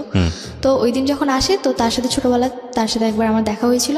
অ্যান্ড উনি একটা কারখানায় জব করতো যেখানে কিনা পেন্সিল তৈরি করতো। অ্যান্ড উনি আমাকে একবার পেন্সিল গিফট করেছিলেন, তারপরেই আমি তাকে চিনি। ওকে, সো এটা কি তোমার বাসার আশেপাশে ছিল? এটা আমার বাসা থেকে কিছু দূরে। কিছু দূরে ছিল, তোমরা যেখানে থাকতে তার সাথে? 7 মিনিটের রাস্তা। ওকে, ফাইন। তারপর তো দেখার পর আমি অবাক। অ্যান্ড দেখলাম যে তার ড্রেস আপ চেঞ্জ, মানে একটা মানুষ ড্রেস আপ স্বাভাবিক, কারো বাসায় আসলে আমরা যেরকম ড্রেস আপ পরে আসতে দেখি, উনি সেরকম ছিল না। আমার বাবার ড্রেস আপ পরা ছিল। তোমার রুমে, তোমার মায়ের রুমে তোমার বাবার ড্রেস পরা? হ্যাঁ, আই মিন রাতে যা পরে ঘুমায় মানুষ, মানে নাইট ড্রেসটা। ওকে। তো পরবর্তীতে আমি যখন আস্ক করলাম, পরে মানে তোমার 2 ভাই কই ছিল? আমার 2 ভাই ঘুমোচ্ছিল। তোমার মায়ের রুমেই? হ্যাঁ, আমার রুমে, আর আমি আলাদা রুমে। ওদের বয়স কত ছিল তখন? আমার বয়স, তোমার 2 ভাইয়ের বয়স? আমার 2 ভাইয়ের একজনের বয়স ছিল মেবি 4 বছরের মতো, আরেকজন একদমই ছোট, কি 6-7 মাস। তোমাদের রুম কটা ছিল বাসায়? বাসায় 3 রুম ছিল। বাসায় 3টা রুম ছিল, একটাতে তোমার মা থাকতো ভাইদেরকে নিয়ে, হ্যাঁ, একটাতে তুমি থাকতে, আরেক রুম খালি ছিল, এক রুম গেস্টের জন্য বা খালি ছিল। ওকে, হ্যাঁ। তো পরবর্তীতে যখন আমি দেখলাম, আমার মাথা প্রচণ্ড পরিমাণে গরম হয়ে যায়, কেন তিনি তার সাথে এত রাতে মিট করবে। অ্যান্ড আমি আম্মুর সাথে খুব খারাপ আচরণ করি, ঝগড়া করি ওই সময়, তখনই তার সামনেই ঝগড়া করতে থাকি। অ্যান্ড পরবর্তীতে সে যখন এই জিনিসগুলো দেখে, চেঁচামেচি হতে থাকে, আশেপাশে মানুষও চলে আসতে পারে, এই ভয়ে উনি ড্রেস আপ চেঞ্জ করে চলে গেছে। ওই সময় বের হয়ে গেছে। বাই দ্য ওয়ে, তুমি যে বাসায় থাকতো, বাসার গেটম্যান ছিল না? গেটম্যান না, আমাদের বাসার, মানে আমাদের বাসাটা ছিল এরকম যে আমার রুম ভিতরে, তারপর একটা মাঝখানে রুম, তারপর আমার রুম, আমি আবার বাইরের রুমে ঘুমোতাম। তোমার কয়তলায় থাকতে? তালা বলতে আমাদের তালা সিস্টেম নেই, মানে একতলাই সবকিছু টিন সেট, মানে তালা সিস্টেম, একতলা, উপরে ছাদ, মানে পুরো বাসাটাই ছাদ ঢালাই করা, একতলা বাসা। ওকে, বাসায় কোনো গেটম্যান ছিল না? ওকে। তো গেটে তালা দেওয়া সবকিছু আম্মু করতো। পরে যখন চলে গেছে, অ্যান্ড আমার কাছে খুব খারাপ লাগে। অ্যান্ড আমি কেন, মানে আমার খাওয়া আম্মুর নামে লেখা। এটা কি তোমার বাবা বানিয়েছে নাকি তোমার? আমার নানুর জমি ছিল, পরে আম্মুকে দিয়েছে। ও, বাড়িটা তোমাদের? হ্যাঁ। আশেপাশে যে ভাড়া থাকে তাহলে তোমাদের ভাড়াটিয়া দ্বারা? আশেপাশে ভাড়া বলতে বাড়িটা আমাদের, আশেপাশে যারা থাকে তারাও তাদের মতো বাড়ি। ওকে, ফাইন, ঠিক আছে, সিনারিওটা বুঝতে পারছি আমরা। তারপর? হ্যাঁ, তো আমার কাছে খুবই খারাপ লাগে। অ্যান্ড এই জিনিস, মানে আমি তার সাথে, আমার খালুর সাথে কেন খারাপ আচরণ করি, এর জন্য আমার গায়ে হাত তুলে। ওই সময় তখন ওনার সামনে করে নাকি যাওয়ার পরে? উনি যাওয়ার পরে, হ্যাঁ। তো প্রচুর গায়ে হাত তুলেন, আমি সহ্য করতে না পারি, লাস্ট মোমেন্টে আমি আমার মুখে ধাক্কা মারি যে তোমার লজ্জা করে না, এত রাতে একটা লোক নিয়ে এসে তুমি থাকতেছো, আবার তুমি আমার গায়ে হাত তুলতেছো। তো আম্মু যে এক ধরনের থাকে, মানে যে ডাল ঘুটটায় যে ইয়াটা থাকে, ডালঘুটনি, তো ওইটাতে আমার গায়ে হাত তুলে। অ্যান্ড আমার প্রচুর রাগ হয় যে কেন আমার গায়ে হাত তুলবে। তোমার ভাইরা কোথায় ছিল? আমার ভাইরা ঘুমোচ্ছিল তখনও ঘুমোচ্ছে? হ্যাঁ, তখনও ঘুমোচ্ছিল। তারপর যখন আমার গায়ে হাত তুলে, মানে আমি চিৎকার চেঁচামেচি করতেছিলাম, দেন আমার বড়, মানে আমার মেঝো যে ভাইটা আছে, ও উঠে যায়। উঠে প্রচুর ভয় পেয়ে যায়, এত রাতে কি হচ্ছে। তো ও আবার খাটের কর্নারে চলে যায়। তো ও আবার আমার ছোট ভাইটাকে কোলে নিয়ে সাইডে গিয়ে বসে থাকে। ছোট ছিল, ওকে কোলে নিয়ে বসেছিল সাইডে। অ্যান্ড আমার সাথে খুবই খারাপ আচরণ। অ্যান্ড আম্মু আমাকে মারতে এক পর্যায়ে আমার জামা ছিঁড়ে ফেলে। জামা ছিঁড়ে আমাকে ঘর থেকে বের করে দেয়, যে বাড়িতে তোর থাকার দরকার নেই, যে মেয়ে কিনা মাকে বুঝবে না, মার প্রবলেম বুঝবে না, সেই মেয়ের এই বাড়িতে থাকার দরকার নেই, তুই বাসা থেকে বেরোচ্ছে। একদিকে আমার জামা ছিঁড়ে গেছে, খুবই খারাপ অবস্থা। আমি এত রাতে কী করে আমাকে বাসা থেকে বের করে দেয়, আমার আরও খারাপ লাগে। আর আমি বাইরে কান্না করতে থাকি। পরে 6টার দিকে ভোর, তখন আমাকে ঘরে ঢুকায়। কটার সময় বের করতে তোমাকে? আমাকে বের করে দেয় তখন মেবি 2:30 বাজে, 2:30 কি 3টার দিকে। ওই 3টার সময় বের করে দিলে তুমি কোথায় ছিলে? বাইরে, গেটের বাইরে দাঁড়িয়েছিলাম। দাঁড়িয়েছিলে মানে 3 ঘন্টা তুমি ওখানে দাঁড়িয়েছিলে? হ্যাঁ, ওখানে দাঁড়িয়েছিলাম। অ্যান্ড এর মধ্যে আশেপাশে কোনো লোকজন ছিল না? আশেপাশে ভোরবেলা এত রাত থেকে কেউ থাকে না। তো আমি বাইরে আমাদের যে পিড়াটা ছিল ওখানে বসেছিলাম আমি। তো আম্মু সারা রাত আমাকে, মানে কোনো কথাও বলে না, অ্যান্ড রুমের ভিতরে থাকে। পরে আমাকে 6টার দিকে ঘরে ঢুকায়। ঘরে ঢুকানোর পর আমি আম্মুর সাথে আর কোনো কথাই বলি না, একদমই কোনো কথা বলি না, আমি আমার রুমে চলে যাই। তো Can you imagine the situation? Who is right, who is wrong? That is not my point. Point is, বাসায় এরকম একটা ঘটনা ঘটেছে, আমি এই মেয়েটার কথা চিন্তা করছি, আমি বলছি না তার মা রাইট অর রং, আপনারা আপনাদের জায়গা থেকে চিন্তা করবেন। এই মেয়েটা 3টা পর্যন্ত ক্লাস 9-এ পড়ুয়া একটা মেয়ে, যখন অ্যাডোলেসেন্স পিরিয়ড চলে একটা মানুষের, অ্যাডোলেসেন্স পিরিয়ড একটু মারাত্মক বয়সন্ধিকাল, খুবই সেন্সিটিভ একটা টাইম ব্যক্তিত্ব বিকাশের জন্য। এই মেয়েটাকে রাত 3টার সময় বাসা থেকে বের করে দেওয়া হয়েছে এবং সে গেটে 3 ঘন্টা ওখানে বসেছিল। তারপরে বাসায় ঢুকলে ওই বাসাটা তার কাছে কি পিসফুল মনে হবে না জাহান্নাম মনে হবে, এটা আপনি একটু ফিল করার চেষ্টা করেন। ওকে, তারপর যখন ঘরে ঢুকি তো আমি আম্মুর সাথে আর কোনো কথা বলি না। তো পরের দিন আম্মু সকালবেলা মানে নাস্তা বানায় খাওয়া দাওয়া করে চলে যায়, মানে আম্মুর রুমে তালা মেরে চলে যায়। তো আমি ঘুম থেকে উঠি 11টার দিকে, উঠে দেখি যে আম্মুর রুম তালা মারা। অ্যান্ড আমি আমার রুমে, আমার জামা কিন্তু অলরেডি ছিঁড়ে আছে অ্যান্ড চেঞ্জও করতে পারিনি আমি। আম্মু আমাকে যে গেট খুলে দিয়েছিল। হ্যাঁ স্কুল ছিল, স্কুলে যাওয়া হয়নি। তো আমার চেঞ্জ করতে আমি আমার রুমেও যেতে পারিনি। আমার রুমে আমার ড্রেস আপ যা ছিল, তো আমি আমার রুমে জাস্ট শুয়েছিলাম। কী করবো কিছু বুঝতে পারতেছিলাম না। তার উপর রাতে এত কাহিনী গেছে, খুব ক্ষুধাও লাগছে আমার তখন। তো তখন এই জিনিস মানে কান্না করছিলাম, চিন্তা করছিলাম যে কেন আমি এই ফ্যামিলিতে জন্ম নিয়েছি, আমি কেন মরে যাই। তো পরবর্তীতে আম্মুর সাথে ওই যে কথা বলতো, তা আম্মু তাকে নিয়ে আমার বাসায় আসে। ওই যে ছেলেটার সঙ্গে কথা বলতো সেই ছেলেটা তোমাদের বাসায়, এই ছেলেটার নাম কি ছিল? ওই ছেলেটার নাম ছিল রাসেল। ওকে। তো ছেলেটার নাম ছিল রাসেল অ্যান্ড ও আম্মুর সাথে বাসায় আসে। অ্যান্ড আসার পর পরবর্তীতে যখন আম্মু তাকে সব কিছু বলে, অ্যান্ড বলার পর আমার ছোটো 2 ভাইকে আমার নানু বাসায় রেখে আম্মু তাকে নিয়ে আমার বাসায় আসে। ওকে। অ্যান্ড আসার পর তাকে বলে যে তুমি যা মেয়েকে বুঝাও। রাসেলকে বলে হ্যাঁ, রাসেলকে নিয়ে মেয়েকে বুঝাও। তো আমি তো নর্মালি তাকে দেখতে পারতাম না, সহ্য করতে পারতাম না, বিরক্ত লাগতো তার আমার প্রতি। তো তারপর সে বলে যে কী হয়েছে তোমার, কেন তুমি আমার সাথে এরকম খারাপ আচরণ করতেছো। সে আমার রুমে আসার আগে একটা ড্রেস নিয়ে আসে, তো আমি পরে চেঞ্জ করি, তারপর তার সাথে কথা বলি। অ্যান্ড সে আমাকে এমন কিছু জিনিস বুঝায় যে না, তারপর থেকে তার সাথে আমার একটু ভালো লাগা শুরু। তুমি ড্রেস চেঞ্জ করো মানে তার সামনে তুমি ড্রেস চেঞ্জ করো? না, তার সামনে করিনি, সে আমাকে দরজার ফাঁক দিয়ে ড্রেস দিচ্ছে, আমি নিয়ে চেঞ্জ করেছি, তারপর তার সাথে কথা বলছি। ওকে, মানে তোমার অবস্থা এমন ছিল যে তুমি তোমার ড্রেসটা এমনভাবে ছিঁড়েছিল যে তোটা মানুষের সামনে যেতে পারবো না। ওকে। তো পরবর্তীতে আম্মু মেবি তাকে অনেক কিছু বলে। সে কি বলে? সে এসে বলে যে দেখো মানুষের লাইফে অনেক ভুল হয়ে থাকে অ্যান্ড তুমি কিছু মনে করো না, তোমার আম্মু যা করছে ভুলে যাও, আর এরপর থেকে কখনো করবে না, তুমি তোমার আম্মুর সাথে নর্মাল হয়ে যাও। ওকে, মানে সে অ্যাপোলজি করে তোমার আম্মুর প্রেক্ষাপটে? হ্যাঁ। তো পরে আমি বললাম যে সে কেন এগুলো করতেছে, আমার তো ভালো লাগে না, অ্যান্ড আমি তো পড়াশোনা করতেছি, সে কেন এগুলো বুঝে না, আমিও তো খারাপ হয়ে যেতে পারি তার এই জিনিসগুলো দেখে। পরে সে বললো যে কেন, তুমি তো বুঝো তাই না, তুমি তো একেবারেও বাচ্চা না, তোমার অলরেডি 13-14 বছর বয়স, তো বুঝো যেহেতু তুমি খারাপ হবে না, এটা আমার তোমার প্রতি বিশ্বাস। আর আমি এটা মনে করি যে তোমার আম্মু যা করছে এরপর থেকে আর কখনো করবে না, সে আমাকে গ্যারান্টি দেয় যে আর কখনো করবে না। তো হয়তো বা সে আম্মুকে বুঝায় যে না, আমি অনেক আপসেট আছি বা অনেক খারাপ মোমেন্টস আছি, তো এই কারণে সে বলে যে বাইরে ঘুরতে নিয়ে যাবে। তো তার 2-3 দিন পর, 2-3 দিন আম্মুর সাথে আমার তেমন একটা কথা হয় না, জাস্ট নর্মালি আম্মু মাঝে মাঝে যদি জিজ্ঞাসা করে যে যা হয়েছে ভুলে যাও, তো জাস্ট খাওয়া দাওয়া এইটুকুই। ও, এগুলো বলে যে যা হয়েছে ভুলে যাও, মানে এক ধরনের ছোটখাটো অ্যাপোলজি তার পক্ষ থেকে ছিল। ওকে, এবং তুমি বুঝতে পারছিলে যে মা খুব খারাপ একটা কাজ করেছে? হ্যাঁ, খারাপ কাজ করেছে, আর যেহেতু সে বলেছে ভুলে যাও, তো আমি ভাবলাম যে হয়তো বা ভুলে যাওয়াটাই বেটার। এই জিনিসগুলো যত বড় করবো আরো বড় হবে। তো তারপরে তুমি এই রাসেল ছেলেটাকেও তো তুমি বলতে পারতে যে তুমি রাসেল ছেলেটার সঙ্গে মেশা বন্ধ করে দাও। হ্যাঁ, আমি তাকে মানে তার সাথে আমার এরকম কোনো কথা হতো না। আচ্ছা, মানে মার সঙ্গে তুমি এত ইজি ছিল না? এত ইজি ছিলাম। তো বাবাকে ওই সময়টাতে কি, ওই ঘটনার পর কি বাবাকে জানাচ্ছিল? পর আমার মায়ের সাথে বাবার কথা হয়, অ্যান্ড আমার মা আমার বাবাকে আমাকে এমনভাবে উপস্থাপনা করে যে আমি 4-5টা ছেলের সাথে রিলেশন করতেছি, আমি তাদের সাথে ঘুরতে যেতে যাচ্ছি, বাইরে যেতে যাচ্ছি, আমাকে দিচ্ছে না, এই কারণে আমি আম্মুর সাথে খারাপ আচরণ করতেছি, অ্যান্ড তার গায়ে হাত তুলছে। আমার বাবার কাছে আমার উপস্থাপনাটা ছিল এরকম। ওকে, এটা তুমি পরবর্তীতে গিয়ে জেনেছো? এটা আমি পরবর্তীতে জেনেছি। ফাইন, আমি স্টেপ বাই স্টেপ যাই, তারপর কি হলো? তো তারপর 2-3 দিন পর আমাকে চিড়িয়াখানা ঘুরতে নিয়ে যায়, অ্যান্ড হ্যাঁ রাসেল, আমার আম্মু, আমি, আমার ছোটো 2 ভাই, তো আমরা সবাই মিলে ঘুরতে যাই। অ্যান্ড ওই দিন যাওয়ার পর আমি আমার আম্মুর সাথে অনেকটা ফ্রি হই, যে না ওই দিন তার আচরণটা অনেক ভালো ছিল, আমার কাছে খুব ভালো লাগে। অ্যান্ড আমি কখন আমার আম্মুর কান্না সহ্য করি, যাই হোক আমার আম্মু যদি একবার কান্না করে তারপর আমার আর কিছু দরকার নেই। তো পরে রাসেলের সাথে ঘুরতে যাই, অ্যান্ড ওইখানে দেখি যে রাসেল আমাদের ফুল ফ্যামিলিকে খুব ভালোভাবে হোস্ট করতেছে, আই মিন টেক কেয়ার করতেছে, জিনিসটা আমার খুব ভালো লাগে। অ্যান্ড আমার টেক কেয়ারটা খুব বেশি করতেছে। এই ধরনের ব্যাপার কি তুমি তোমার বাবার কাছে কখনো পেয়েছো, যে লাইক তোমার বাবা তোমাদের কোথাও নিয়ে যাও? কখনো কোথাও নিয়ে যায়নি আমাদেরকে। আমার যে 13-14 বছর বয়সে আমি কখনো আমার বাবাকে আমাকে মার্কেটে নিয়ে যেতে দেখি। আজকের এই স্টোরিটা is very sensitive story, cause আপনারা বুঝে গেছেন এতক্ষণে যে স্টোরিটা কোন দিকে যাবে। কিন্তু স্টোরি ওই মোমেন্টের জন্য যারা ওয়েট করতেছেন তাদেরকে আমি বলবো যে লিভ দ্য স্টোরি, শোনার দরকার নেই আপনাদেরকে।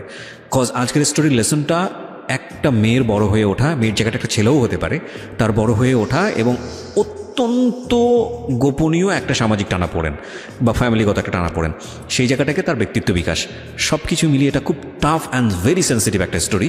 এবং এই জায়গাটা থেকে আপনাদের যদি কিছু নেবার থাকে যে না আমি আমার সন্তানকে কীভাবে বড় করবো, আমার সন্তানের সাথে আমার আচরণটা কী হওয়া উচিত, বা সন্তান হয়ে বাবা মার প্রতি আমার কী পরিমাণ রেসপেক্ট দেখানো উচিত, কোন জায়গাটাতে আমাকে প্রাইভেসি মেনটেন করা উচিত, কোন জায়গাটাকে আমাকে এক্সপ্লোর করা উচিত, তাহলে বলতে পারবো আমাদের সিক্রেটটা সার্থক। আর যারা এন্টারটেনমেন্ট হিসেবে নিচ্ছেন যে না কী হয় কী হয় কী হয় দেখার জন্য, প্লিজ লিভ দ্য স্টোরি।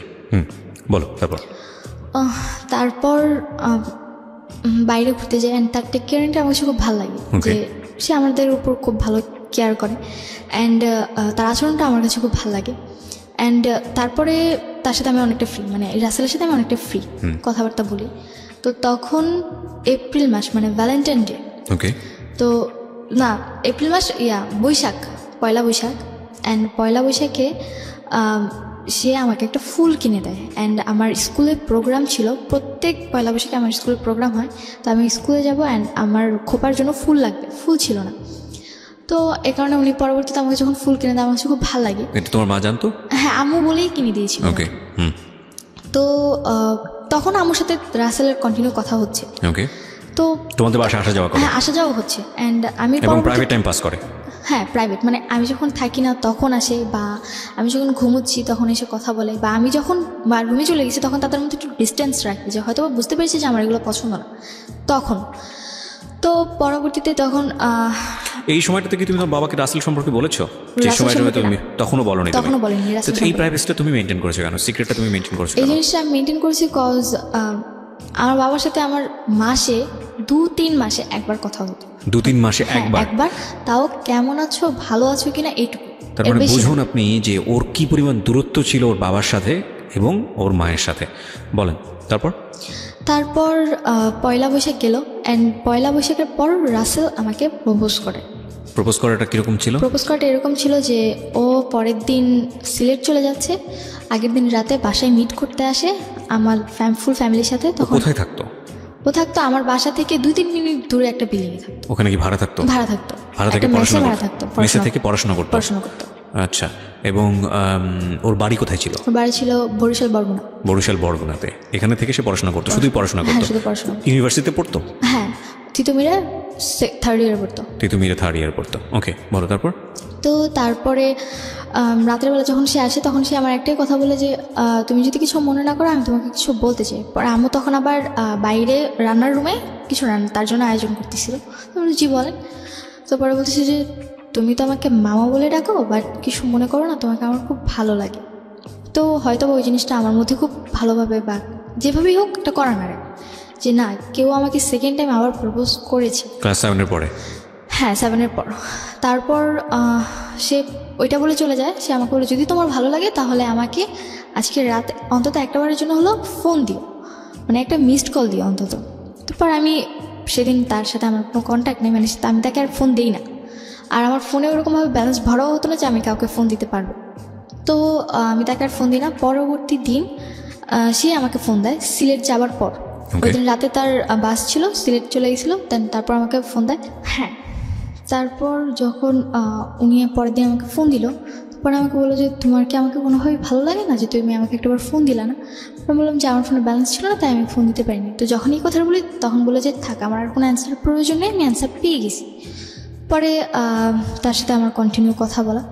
তো পরবর্তী দিন থেকে আম্মুর ফোনে দেখি যে যেহেতু আমি রাসেলের সাথে কথা বলছি, তার মানে আমার আম্মুর ফোন যদি ওয়েটিংয়ে থাকে বা কথা বলে, সে আরেকজনের সাথে কথা বলছে।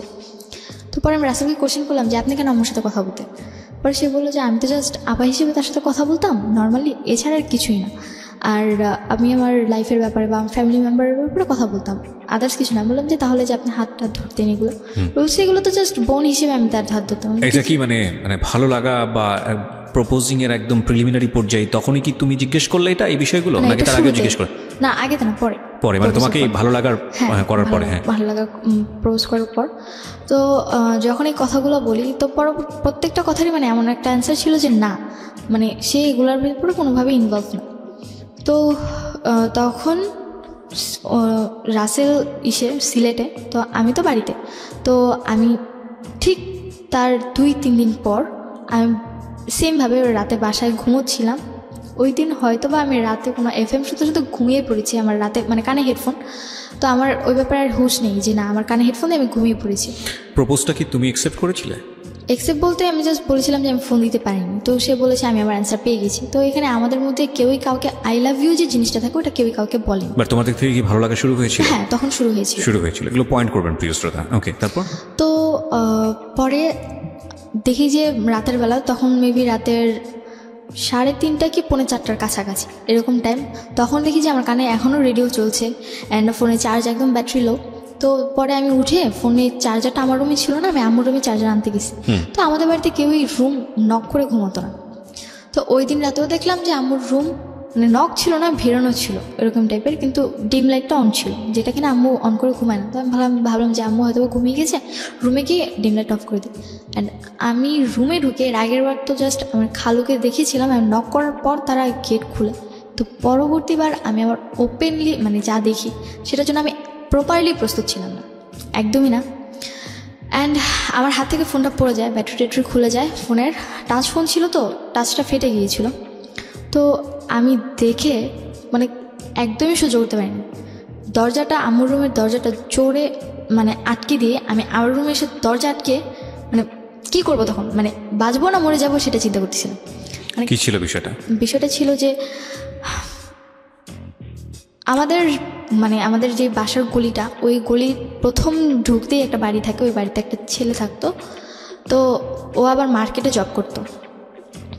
তো ওর সাথে নাকি আমার কথা আগে থেকেই মোটামুটি ছিল। অ্যান্ড সেদিন আমি স্টোরি জানতে চাচ্ছি না, তুমি আনএক্সপেক্টেড কাউকে ওখানে দেখেছো? হ্যাঁ, আনএক্সপেক্টেড, মানে আমি নর্মালি তাকে ওরকমভাবে চিনতাম না।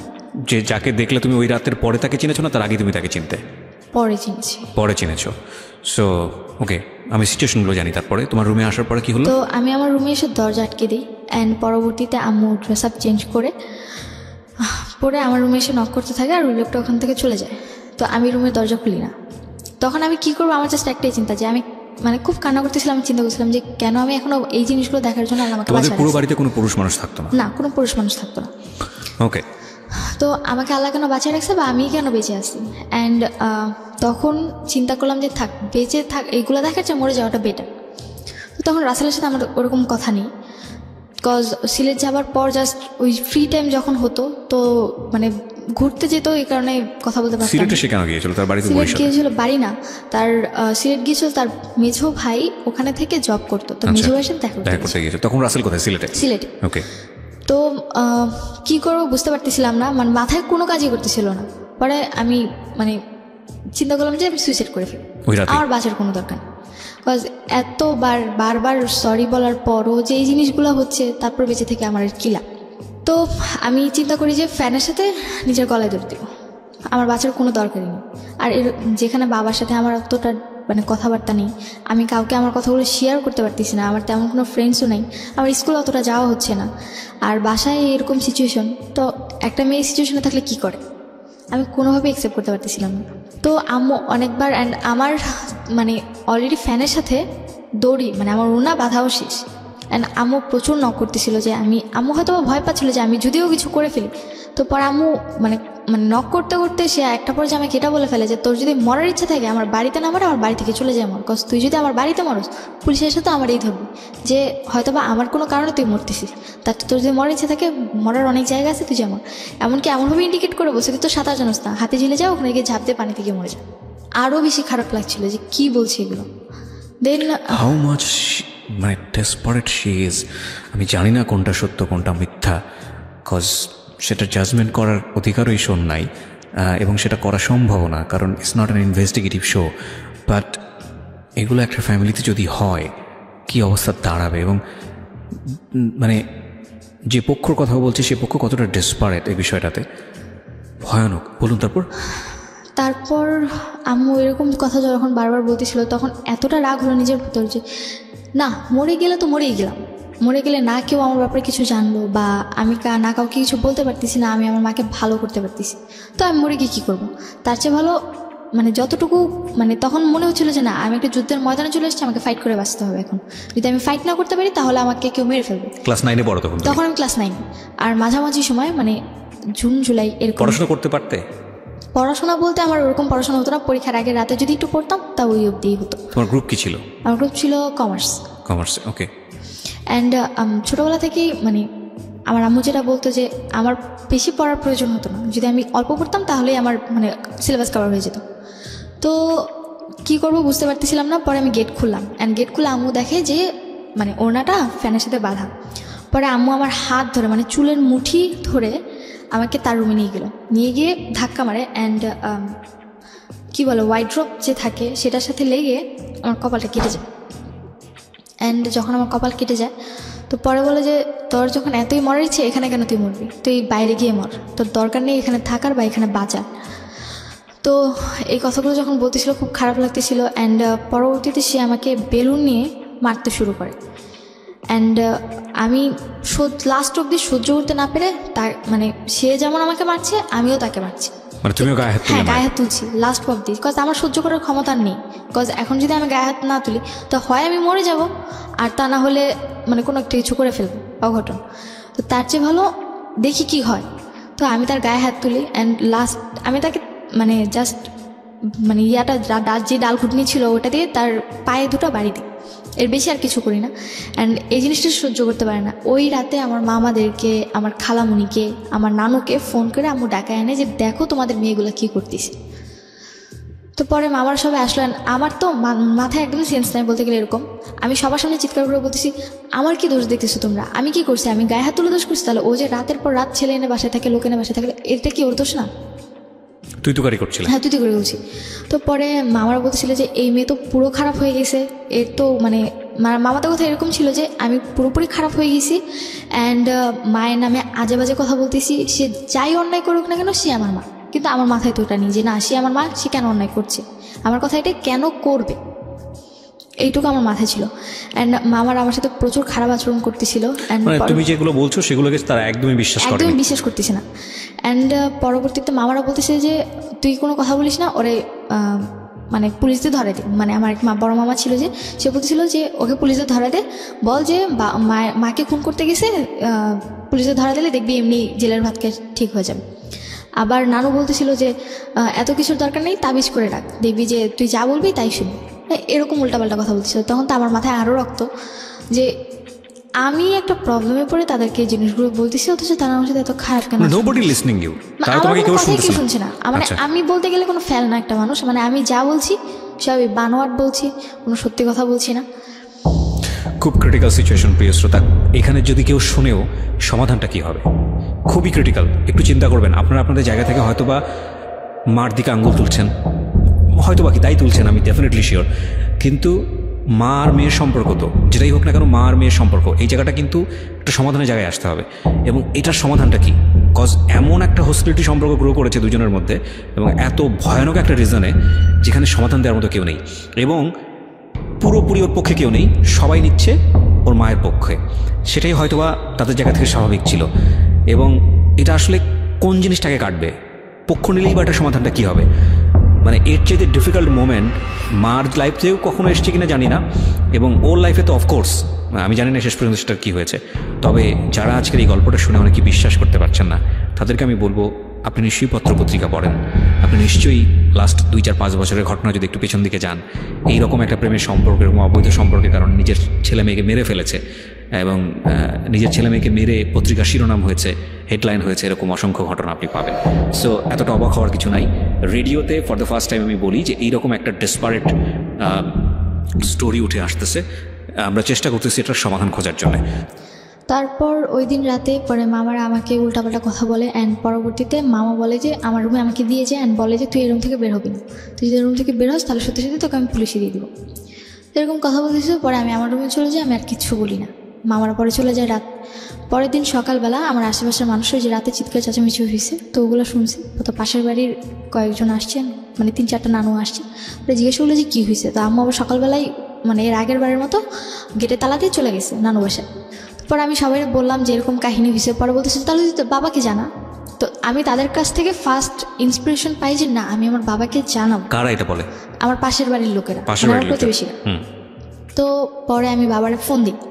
তো এর আগেই নাকি আমার আম্মু উল্টাপাল্টা অনেক কথা আমার বাবার বলে, যেটা তুমি অনেক আগে আমাকে বলেছো। হ্যাঁ, তো পরে আমি যখন বাবারে ফোন দিই, মানে বাবার ডিরেক্টলি নাম্বার, আমার বাবার মুখস্থ ছিল নাম্বার, তো আমি ওই নাম্বারে ফোন দিই। পরে আব্বু আমার ফোন প্রথম কয়েকবার রিসিভ করে, তো আমার কাছে টাকা ছিল না, তো যার কারণে বাইরে ফোন দিলে টাকা বেশি কেটে নেয়।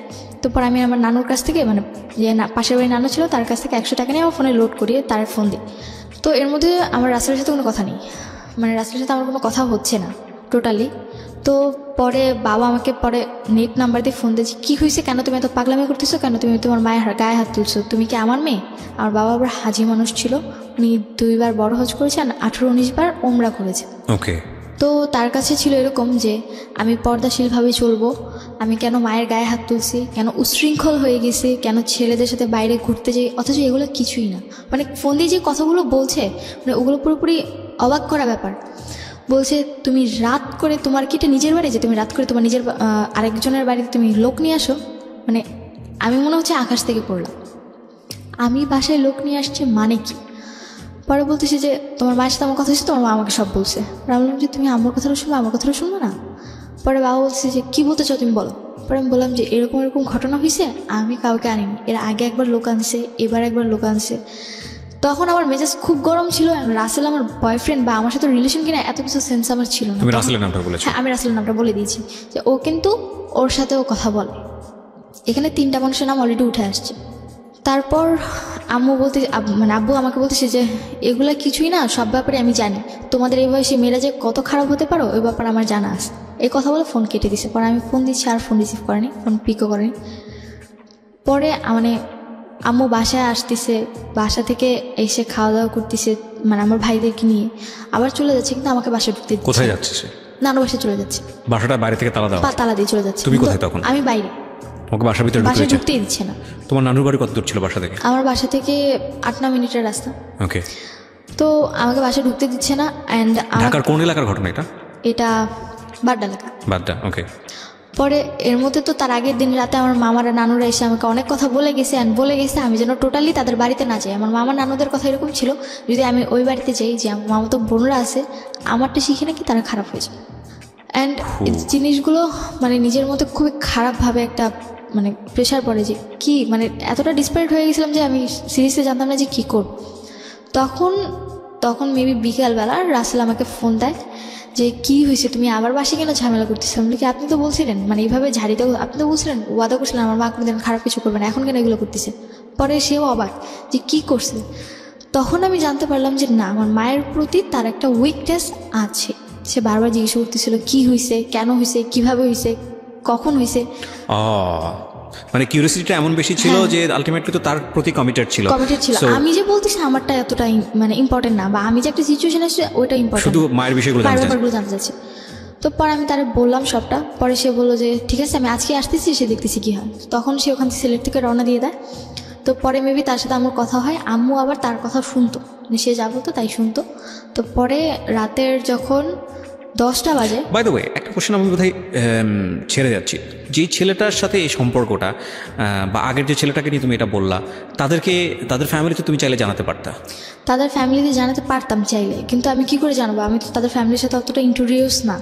আর আমার কথা আমার ফ্যামিলির কেউই বিশ্বাস করতেছে না, তাদের ফ্যামিলি কি করে বিলিভ করবে? এক্স্যাক্টলি। তুমি তো যখন তোমার মার সম্পর্কে কমপ্লেনগুলো করছো, নিশ্চয়ই কে এসেছিল রুমের মধ্যে সেটা তুমি জানতা। তাদের কথা নিশ্চয়ই তুমি তোমার ফ্যামিলিকে বলতেছিলা, তোমার নানুকে বলতেছিলা, সবাইকে বলতেছিলাম। তখন তারা রেসপন্স? কেউই বিলিভ করতেছিল না। তাদের কথা ছিল এটাই, আম্মু বলতেছে আমি রাতে ঘুমোচ্ছি, ও কার সাথে ফোনে কথা বলছে, ওর মাথা বেরিয়ে গেছে, সে আমার সাথে খারাপ হচ্ছে। How it is possible? মানে যখন তুমি কোনো একটা সিচুয়েশন বলতেছো এবং সেই সিচুয়েশনের জন্য কে দায়ী সেটাও তুমি বলতেছো, তখন তো তাদের উচিত ছিল যে ওই ছেলেটাকে ডেকে নিয়ে আসা, বা ওই যার এগেইনস্টে কমপ্লেন তাকে ডেকে নিয়ে আসা। আমি এটাও বলছিলাম যে তুমি বিশ্বাস না করে তাকে ডেকে নিয়ে আসো, যে একটু আগে আমার বাসায় ছিল। যখন এই কথাগুলো বলতেছি তখন বলতেছি যে দেখছেন মানে আম্মু আমার মামাকে এভাবে বলতেছিল যে দেখছেন কতটা খারাপ হয়ে গেছে, এখন আউটলুক আনে আমার দিয়ে মানে আমার ফাঁসাইতে যেতেছে। এরকম কথা বলতেছে। ও গড, মানে মানুষের মতো একটু হলো সন্দেহ হওয়া উচিত, মানে এতটা ব্লাইন্ড সাপোর্ট কিভাবে আসে, মানে আই এম রিয়েলি কনফিউজ এই জায়গাটায়। ওকে, অ্যান্ড পরবর্তীতে আমি মামাদের মুখ থেকে এটা শুনতে পারলাম যে আমি নাকি রাতে লোক এনে থাকতাম অ্যান্ড তাদেরকে বলতাম যে আমি যে তাদের সাথে থাকছি এটা না বলে বলবো, তাদেরকে বলে দেবো যে তারা যেন আমার মায়ের সাথে এসে থাকছে, এটা যেন তারা সবাই বলে। তাদের মনে আমার মা বাবার মানে আমার মায়ের প্রতি এই বিলিফটা ছিল, ওকে, তারা এই বিলিফটা করাইছে আমার মা। পরে রাতের 10টার দিকে আমি বাসায় ঢুকে সারাদিন আমার না খাওয়া, আমার সারাদিনে কোনো খাওয়া নেই অ্যান্ড রাতে তো অলরেডি ঝামেলা হয়ে গেছে। তো আমি বাসায় ঢুকছি অ্যান্ড ফ্রিজ থেকে জাস্ট এক বোতল পানি নিয়ে আমি আমার রুমে এসে ঘুম, কজ সারাদিন অনেক টায়ার্ড ছিলাম। তো ঘুমিয়ে পড়েছি। পরের দিন সকাল 6টার দিকে রাসেল এসে আমাদের গেটে নক করে, রাসেল এসে গেটে নক করে, আমার গেট খুলে দেয় অ্যান্ড দেখি অনেকক্ষণ রাসেল আমার সাথে কথা বলে। অ্যান্ড তখন মানে আমি সহ্য করতে পারতেছিলাম যে রাসেল আমার সাথে কথা বলবে, কজ হয়তো আমি ওর প্রতি অনেকটা উইক হয়ে গেছিলাম। তো আমি সহ্য করতে পারতেছিলাম না, আমি আমার রুমের দরজা নক করে বসে আছিলাম। রাসেল অনেকক্ষণ এসে পরবর্তীতে আমার রুমে নক করে, পরে আমি গেট খুলে দিই, পরে আমাকে নিয়ে যায়, নিয়ে গিয়ে বলতেছে যে শোনো, মায়েরা ভুল করতেই পারে, তবুও তো তোমার মা, কিছু মনে করো না। তো আমার আম্মুর সামনেও এই কথা বলে। পরবর্তীতে আমার রুমে এসে আমাকে যেটা বলে যে তুমি যেটা করছো ঠিক করছো। আমি ফার্স্ট টাইম তার দিক থেকে একটা ইন্সপিরেশন পাই যে না, সে আমাকে বলছে আমি যেটা করেছি ঠিক করেছি। আমার মায়ের গায়ে হাত তুলেছি, প্রতিবাদ করেছি, তাকে জানিয়েছি মামাদেরকে। হ্যাঁ, তারা বিশ্বাস করছে না তাদের ম্যাটার, কিন্তু বলেছি তো। পরবর্তীতে তো যদি কোনো প্রবলেম হয় আমাকে ব্লেম দিতে পারবে না। তখন আমি রাসেলের কাছ থেকে জিনিসটা পাই। তো পরে রাসেল আমাকে আর কিছু বলে না। তো এরপর রাসেলের সাথে রাতে আমার কন্টিনিউ কথা হতে থাকে, 2 ঘন্টা 3 ঘন্টা 4 ঘন্টা। তো আম্মুর রুমে কথা বলতো আর আমি আমার রুমে থাকতাম। অ্যান্ড আম্মুর সাথে আমার টোটালি যে মা মেয়ের একটা ক্লোজ রিলেশন থাকে, ওই রিলেশনটা আর নেই। জাস্ট নর্মালি মানে মনে হচ্ছে যে আমি যেন তার বাসায় ভাড়া থাকছি আর সে আমাকে জাস্ট নর্মালি টেক কেয়ার করছে, এইটুকুই। তো পরবর্তীতে দেখি যে মানে প্রথম কয়েকবার জিনিসগুলো দেখতে তারপরে গায়েস হয়ে গেছে যে রাতে তার সাথে এসে থাকছে, সে তার মতো থাকুক, আমি আমার মতো ভালো থাকলেই হয়েছে। অ্যান্ড আমি আমার পড়াশোনাটা কন্টিনিউ করছি, প্রতিদিন রাতেই দেখছি একজন বাবা কোন ক্লাসে থাকতে যেন উদ্দেশ্যে বাইরে গিয়েছিল? ক্লাস 8 লাস্ট থেকে। এই যে 8-এর পর থেকে এতগুলো ঘটনা তুমি দেখছো, এর আগে তো দেখতে না এরকম বাসায় আসে? কিছুই দেখতাম না। এর মাঝখানে তোমার বাবার আসেনি? না, এর মাঝখানে কতদিন পর পর আসতো তোমার বাবা? বাবা যাওয়ার পর 3 বছর পর এসেছিল, পরে গেছে। কি করতো উনি বিদেশে? কি করতো? উনি বাইরে একটা কোম্পানি জব করতো। উনি কি ছুটি পেতো না নাকি উনি আসতো না? ছুটি না বলতে ছুটি দেওয়া হতো না, ওদের কন্ট্রাক্ট ছিল 5 বছরের আগে ছুটি দিবে না, তবে 3 বছর পর যদি চায় তাহলে 2 মাসের ছুটি দিবে। ওকে, ঠিক আছে, বলো তারপর তুমি রাসেলের সঙ্গে যে ঘন্টার পর ঘন্টা কথা বলছো, এটা তোমার মা জানতো ওই সময়? মা জানতো বলতে জানতো কথা বলি, কিন্তু কার সাথে কথা বলি এটা জানতো না। ওকে। তো পরে আমার সাথে যদি রাসেলের 3টা অবধি কথা হতো, 3টার পর থেকে আবার রাসেল আম্মুর সাথে কথা বলতো। এটা তুমি পরে জেনেছো? পরে জেনেছি, যখন রাসেলকে কোশ্চেন করলাম, পরে রাসেল বলে যে তোমার ব্যাপারে কথা বলতেছি, ওর কথাটা ছিল এরকম। ফাইন, তুমি যে জায়গাটায় ছিলে সেটা হচ্ছে যে তোমার আম্মুর এরপরে এইসব বিষয়গুলো তোমার কাছে তেমন একটা পাত্তা পেতো না, তুমি তোমার মতো থাকতো, তোমার মা তার মতো লাইফ লিড করতো, এবং তুমি সেখানে কি কনফার্ম ছিলে যে এরপরেও এই ধরনের ঘটনা ঘটছিল? হ্যাঁ, এরপরেও হতো। আমি পরে টেক কেয়ার করতাম। তোমাদের রুমটা কি খুব পাশাপাশি ছিল? পাশাপাশি বলতে আমার রুম, তারপর একটা মাঝখানের রুম, তারপর আমার। তো তোমার রুমে একটা গ্যাপ ছিল। ওকে। পরে দেখি যে রাসেল আমাকে ইন্সপিরেশন দিতে থাকে যে তুমি তোমার মায়ের ব্যাপারে প্রতি রাতে এসে থাকে, কেন কিছু বলছো না, তুমি এতদিন কেন আমার এতগুলো কথা বলো না, প্রতি রাতেই লোক এসে থাকে, তুমি আবার কোনো লোক ছিল? এই লোকটা কোনো বিশেষ লোক ছিল নাকি র্যান্ডমলি চেঞ্জ হতো? এটা চেঞ্জ আপ বলতে তুমি কয়জন লোকের সঙ্গে জানো? আমি প্রথম দেখেছি 2 জন, পরবর্তীতে আরো 2 জন দেখেছি। ওকে, ঠিক আছে, বলো। হ্যাঁ, তো তারপর তোমাকে কি বলো? কন্টিনিউ 4 জন আসা যাওয়া করতো। পরবর্তীতে যখন আমি রাসেলের সাথে জিনিসটা প্রথমে শেয়ার করতে চাইনি, পরে ওরা অনেক জোর জবরদস্তির কারণে পরে ওর সাথে যখন শেয়ার করলাম, পরে দেখলাম যে আমি যে ওর কাছে ব্যাপারগুলো শেয়ার করলাম সেই কথাগুলো ওকে আমাকে বলে দিছে। অ্যান্ড তখন তো আমার উপর আরও বেশি টর্চার। তোমার মা এসে কি বললো বিষয়টা নিয়ে? আমার মা এসে আমি ঘুমিয়েছিলাম, এসে আমার হাত ধরে টেনে তুলছে।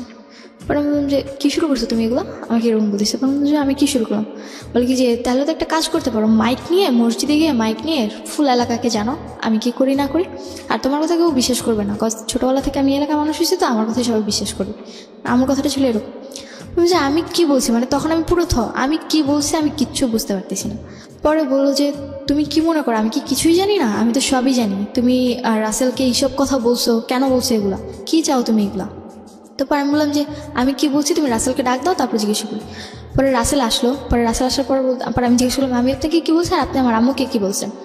পরে বললো যে দেখো আমি তো ওরকম ইন্ডিকেট করে কিছু বলিনি তোমার আম্মুকে, জাস্ট এটুকুই বলছি যে কেন উনি এগুলো করে, এগুলো তোমার উপর খারাপ এফেক্ট পড়ে। মানে সে বুঝাচ্ছে যে সে আমার উপর অনেক টেক কেয়ারিং, সে আমার অনেক টেক কেয়ার করে, এই কারণে আম্মুকে বুঝাতে চাইছে, কিন্তু এই জিনিসটা তো আমার উপর ভালোভাবে ইফেক্ট পড়তেছে না।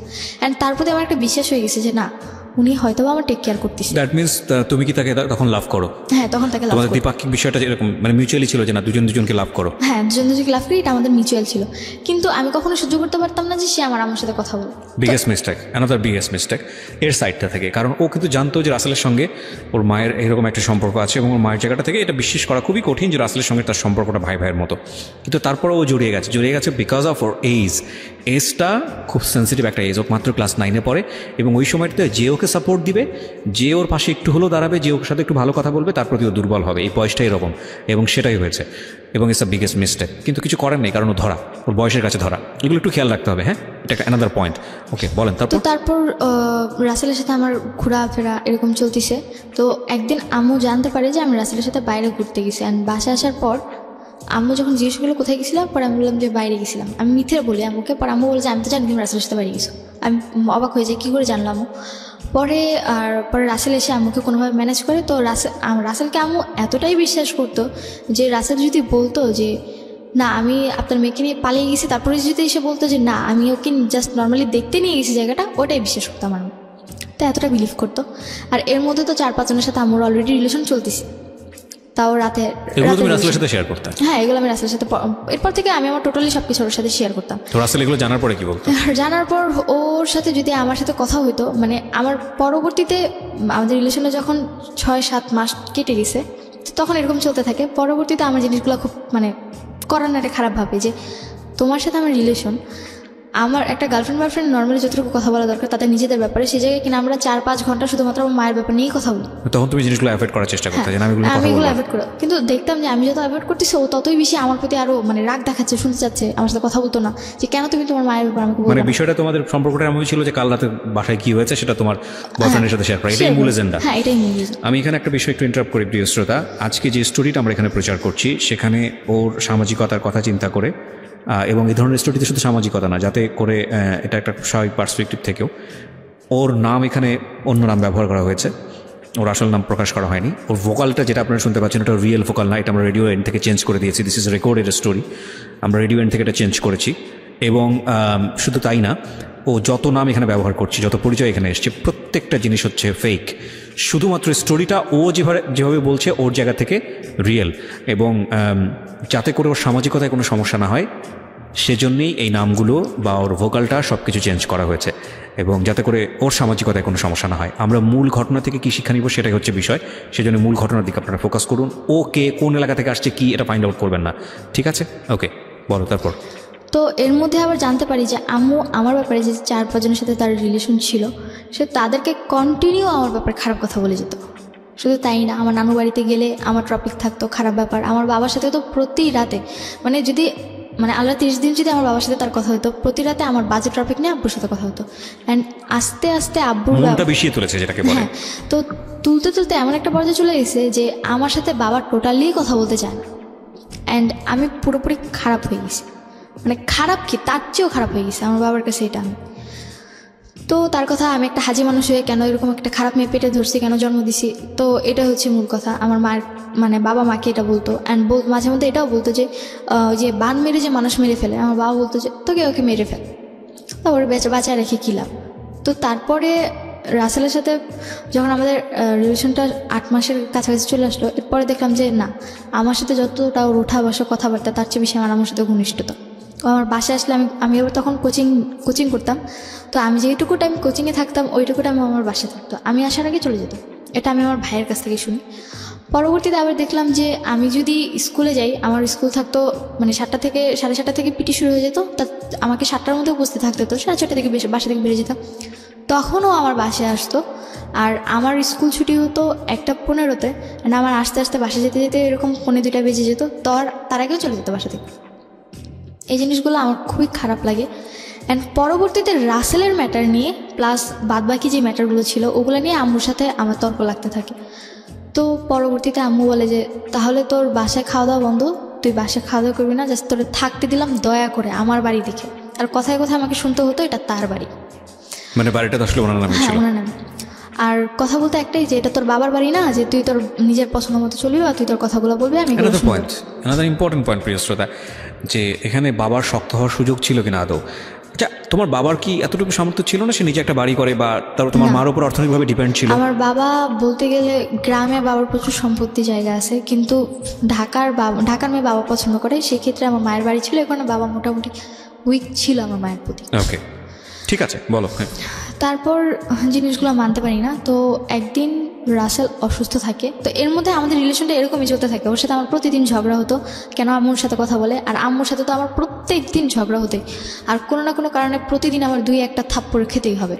আর হ্যাঁ, আর গালাগালির তো কোনো লিমিটই ছিল না, খেতে বসতে গালি শুনতে হতো, ঘুমোতে গেলে গালি শুনতে হতো, মানে এত নিম্ন স্তরের গালিগুলো মানে চলে গেছিলো যে তার কাছ থেকে শুনে শুনে মনে হচ্ছে যেন ওই জিনিসগুলো এখন আমি রিপিট করছি।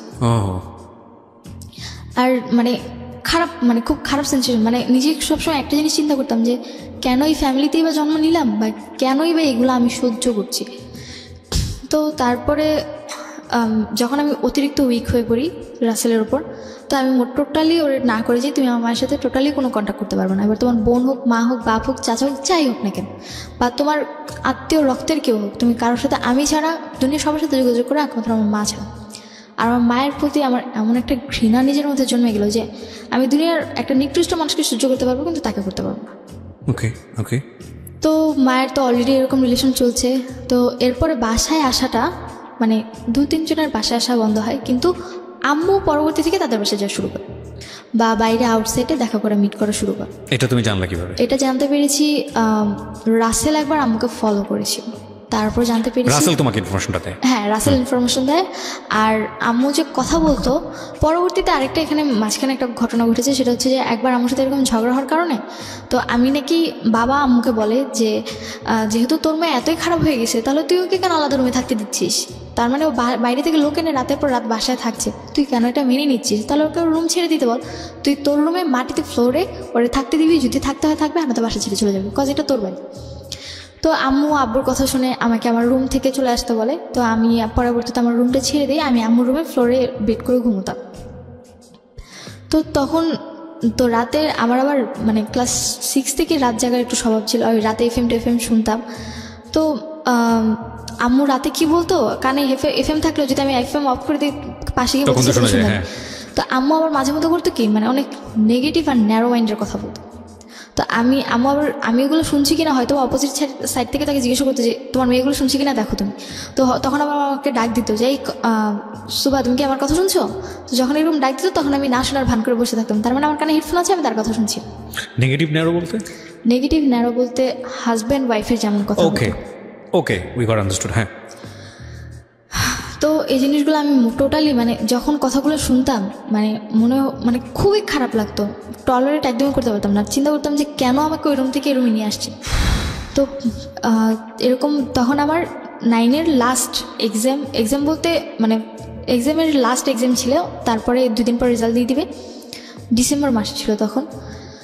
আমি টোটালি সহ্য করতে পারি না। দেন আম্মু লাস্টের দিকে আম্মুর সাথে আমার আবার ঝগড়া হয় কোনো একটা ম্যাটার নিয়ে, বলতে গেলে যে আমি কোচিং গেছি, রাত করে বাড়ি ফিরছি। ওই দিন আমার কোচিংয়ে অনুষ্ঠানও ছিল, তো ওই জায়গায় আমার লেট হয়ে গেছে, প্লাস ওখান থেকে আসার সময় রাসেলের সাথে দেখা করে আসতে গিয়ে আমার একটু লেট হয়ে গেছে, মানে 9:30টার কাছাকাছি চলে গেছে। তো আমাদের এলাকাটা এরকম যে 9:30টার পর বা 10টা থেকে কোনো মেয়ে বাড়িতে ফিরলেও তাকে নিয়ে অনেক বাজে মন্তব্য করা হয়। তো আম্মু ওইটা আমার সাথে চিল্লাচিল্লি করতে থাকে। পরে আমি আম্মুরে মানে আমার সাথে তো আম্মুর কোনো ভালো রিলেশনই নেই, আর আম্মু যদি আমাকে কোনো কথা বলে আমি প্রত্যেকটা কথার বাজে অ্যান্সার দিই। ওকে, কজ তার কাছ থেকে শুনতে শুনতে এখন আমার অভ্যাস হয়ে গেছে। তো পরে আম্মু আমাকে জিজ্ঞেস করে এত রাত করে কেন তুমি বাসায় আসছো। পরে আমি বললাম যে আমি যদি রাত করে বাসায় ফিরি বা আমি যদি কোথাও থেকে ঘুরেও এসে বাসায় ফিরি, তুমি তো আমার বাবাকে এটাই বলবে যে না আমি আরেকটা লোকের সাথে থেকে আসছি, তাই না? তুমি যেটা মনে করো সেটাই। আমার অ্যান্সারটা ছিল এরকম। আর আমি রাত করে বাড়ি ফিরলে আম্মু প্রত্যেকটা দিন বাবাকে একটা কথা বলতো যে তোমার মেয়ের এমন একটা চাহিদা হয়েছে, মানে এত খারাপ কথা বলতো যে ওরা এখন ঘরে রাখা দেয়, এমন কিছু কিছু কথা বলতো যে হাজব্যান্ড ওয়াইফ কথা বলতে পারে, কিন্তু যখন একটা মেয়ের টপিক নিয়ে কথা বলে মায়ের কিন্তু উচিত যে না মেয়ের টপিকটি একটু মানে নিজের মধ্যে রাখা, কিন্তু সে কোনোটা রাখতো না, আরও বেশি করে বলতো। তো পরে আম্মুর আবার এরকম ছিল যে না তাকে যদি মানে আমি যদি রাত করেও বাড়ি ফিরতাম, তার জন্য যদি আমি অনেক খাবার নিয়ে আসতাম, সে আমাকে কিছুই বলতো না। ওকে, সো তুমি কনভিন্স করার জন্য মাঝে মাঝে খাবার নিয়ে আসতে? হ্যাঁ, যে আমি বাইরে গেছি, হয়তো বা আসতে লেট হয়ে গেছে, তার জন্য যদি খাবার নিয়ে আসতাম, সে আমাকে কখনোই এই সময়টা তুমি কি করতে?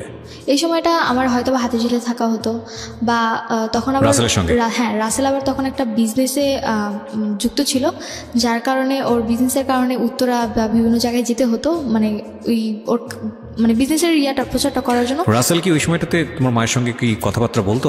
নর্মালি বাসায় আসতো খুব কম, আমার প্রেশার পড়ার পর একটু কম আসতো। তো এটা কি তোমার মা বুঝতে পারতো না? বুঝতে পারতো না বলতে, ও হয়তো কোনোভাবে কনভার্স করতো, আমি কখনো এই ব্যাপারে জিজ্ঞেস করি না। আর ও যদি জিজ্ঞেস করতাম, ও বলতো যে তোমার এত কিছু জানে কি লাভ, আমি তো ম্যানেজ করতেছি। Okay fine, he is playing double game actually. ও যখন তোমার সাথে বাইরে মিট করতো, বা তুমি কার সাথে মিট করতো সেটা তোমার মা জানতো? মিট করতেছি বলতে আমার ওর সাথে বেশিরভাগই মিট হতো হয় কোচিং ফাঁকি দিয়ে, আর তা না হলে স্কুল ফাঁকি দিয়ে। আচ্ছা, তো এটা কি তোমার মা জানতো যে তুমি কার সাথে টাইম পাস করতেছো, কোন ছেলের সঙ্গে? এটা জানতো না।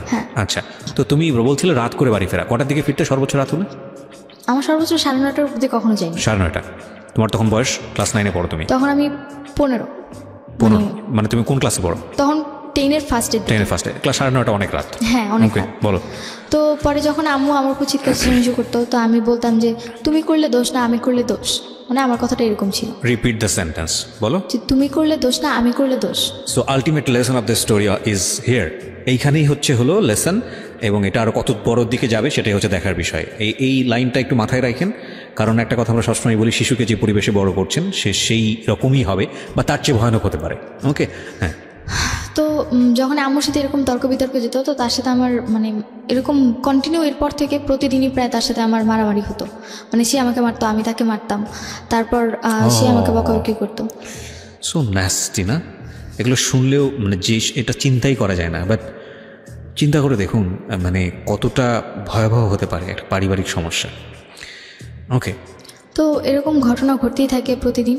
তো তখন আস্তে আস্তে মানে রাসেলের প্রতি আমি একটু উইক হতে থাকি আরও বেশি। তো তখন ওরা আমি বিলিভ করা শুরু করি, মানে ও আমাকে যা বলতো আমি তা বিলিভ করতাম, আর ও আবার আম্মুকে যা বলতো আম্মু তা বিলিভ করতো। মানে ও এদিক থেকে আম্মুর সাথেও কথা বলতো, আমার সাথে, মানে দুদিক থেকেই ওর মানে ইয়াটা খুব ভালো ছিল। কোথায় গিয়ে দাঁড়ায় সেটাই আমরা দেখবো। এরকমভাবে আমার বড় মামা আমার ফ্যামিলির প্রতি একটু বেশি টেক কেয়ারিং ছিল, তো উনি প্রায়ই আমাদের ঝগড়া মিটাতে আসতো। তো এক পর্যায়ে মামা কন্টিনিউ আস্তে আস্তে হয়তো ওনার কোনো না কোনোভাবে কোনো বাজে একটা দিক পড়ে। তো পরে আমার বড় মামা কন্টিনিউয়াসলি আসতেছিল। হ্যাঁ, কন্টিনিউ আসতে। কেন আসতেছিল? এই যে আমাদের ঝগড়া সামাতে বা আমাদের ফ্যামিলি এখন কেমন আছে এইসব ব্যাপারে। উনি কি বিবাহিত ছিল? হ্যাঁ, উনি ম্যারিড ছিল। ওকে, ওনার বাচ্চা কাচ্চা ছিল? বিয়েও হয়ে গেছে। ওকে, তো পরবর্তীতে বড় মামা মানে কি পরিবারের সবার বড়? হ্যাঁ, আমার মায়ের ফ্যামিলিতে তারা 7 ভাই বোন, তাদের মধ্যে সবার বড়। ওকে, তো পরে আমার বড় মামাকে আমার মা খুব বিলিভ করতো। তো একদিন বড় মামা বলে যে দেখ, তোর ফ্যামিলিতে এত ঝামেলা, তার চেয়ে ভালো আমি আমার বাড়িতে নিয়ে যাই সুভাকে, ওকে কয়েকদিন আমার বাড়িতে রেখে পরে তোরা আমার বাসায় আবার দিয়ে যাবো।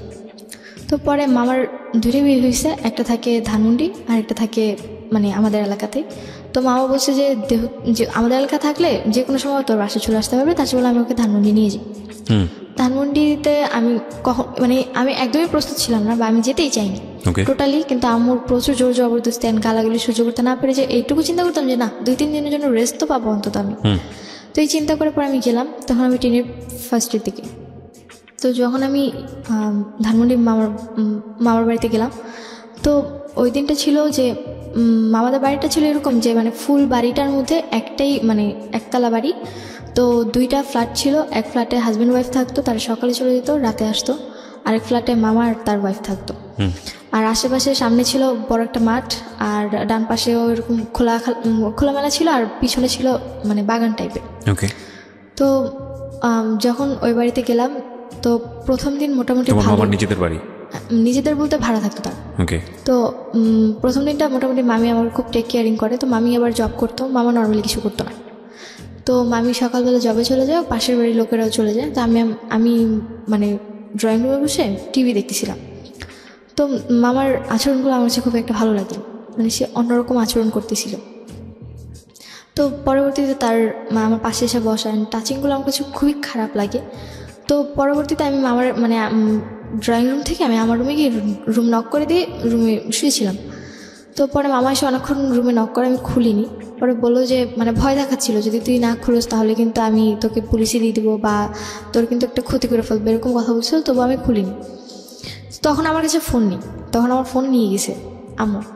তো পরে আম্মুর সাথে কথা হচ্ছিল, পরে মামা ভেবে আম্মুরে ফোন দিছে যে তোর মেয়ে এত বেয়াদব যে কোনো কথা শোনে না, আমাদের এখানে এসে খারাপ আচরণ করতেছে। আমি রুমে বসে কথাগুলো শুনতেছি, আম্মু কী বলছে সেটা তো আমি জানি না। মামা এরকম কথা বলতেছিল, হয়তো বা আম্মু বলছিল যে ওরে মাইট দেন বা দেখবেন ঠিক হয়ে গেছে, ওরা মাইট দিয়ে সোজা করতে হয়, আমারটা মারলে তো আমারে উল্টা দেয়, আপনারা মারলে তো আপনাদেরকে আর কিছু করবে না, এরকম কথা বলতেছিল। তো পরে মামা রেগে যায় প্রচুর আমার উপর। অ্যান্ড পরে যখন আমি পরে অনেকক্ষণ দরজা, তোর মা কথা বলবে তোর সাথে, দরজা খুল। পরে আমি যখন দরজা খুলি, মামা আমার গায়ে হাত দেয়, আমাকে একটা চড় মারে। অ্যান্ড এতটাই জোরে ছিল যে না, আমি 2-3 মিনিটের জন্য স্তব্ধ হয়ে গেছি। তো পরে আমি বললাম যে কী করতেছেন এগুলো আপনি? পরে আমার সাথে অনেক বাজে আচরণ করে। অ্যান্ড এক পর্যায়ে অনেক খারাপ সিচুয়েশনের মধ্যে উনি আমাকে রেপ করে। আমার লাইফে ফার্স্ট টাইম ছিল তখন। আমি প্রচুর চিৎকার করি, কিন্তু কোনো লাভ হয়নি। হয়তো বা আমার চিৎকারটা কারো কান অব্দি যায়নি, বা হয়তো বা আমার ভাগ্যেই ছিল এরকম। ভাগ্যের দোষ দিয়ে লাইফটাকে ছেড়ে দিই যে কী করলাম এটা। তো ওই দিন এই সিচুয়েশন যাবার, উনি তোমাকে কি বলে এই ঘটনার পরে? এই ঘটনার পর আমাকে একটাই কথা বলে যে তোর মায়ের, মানে পরবর্তীতে ওনার মুখ থেকে আমি যেটা জানতে পারলাম যে হয়তো ওনাদের ফুল ফ্যামিলিটাই এরকম।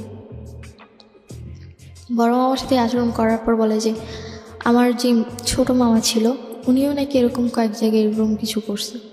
সো আমি যদি এগুলো কাউকে বলতেও যাই, কেউ কখনো বিলিভ করবে না, আর এতে নিজের বদনাম হবে, নিজের মান সম্মান যাবে, প্লাস সমাজে কলঙ্কিত হব আমি।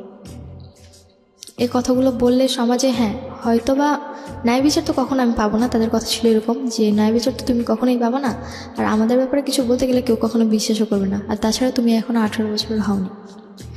তখন আমার সবচেয়ে বড়, মানে তখন এটাই মনে করতাম যে কেন আমি 18 বছরের আগে আমার জীবনে এগুলো আসতেছে, সহ্য করতে পারিনি। তারপর বাসায় আসলাম। You are so desperate first of all.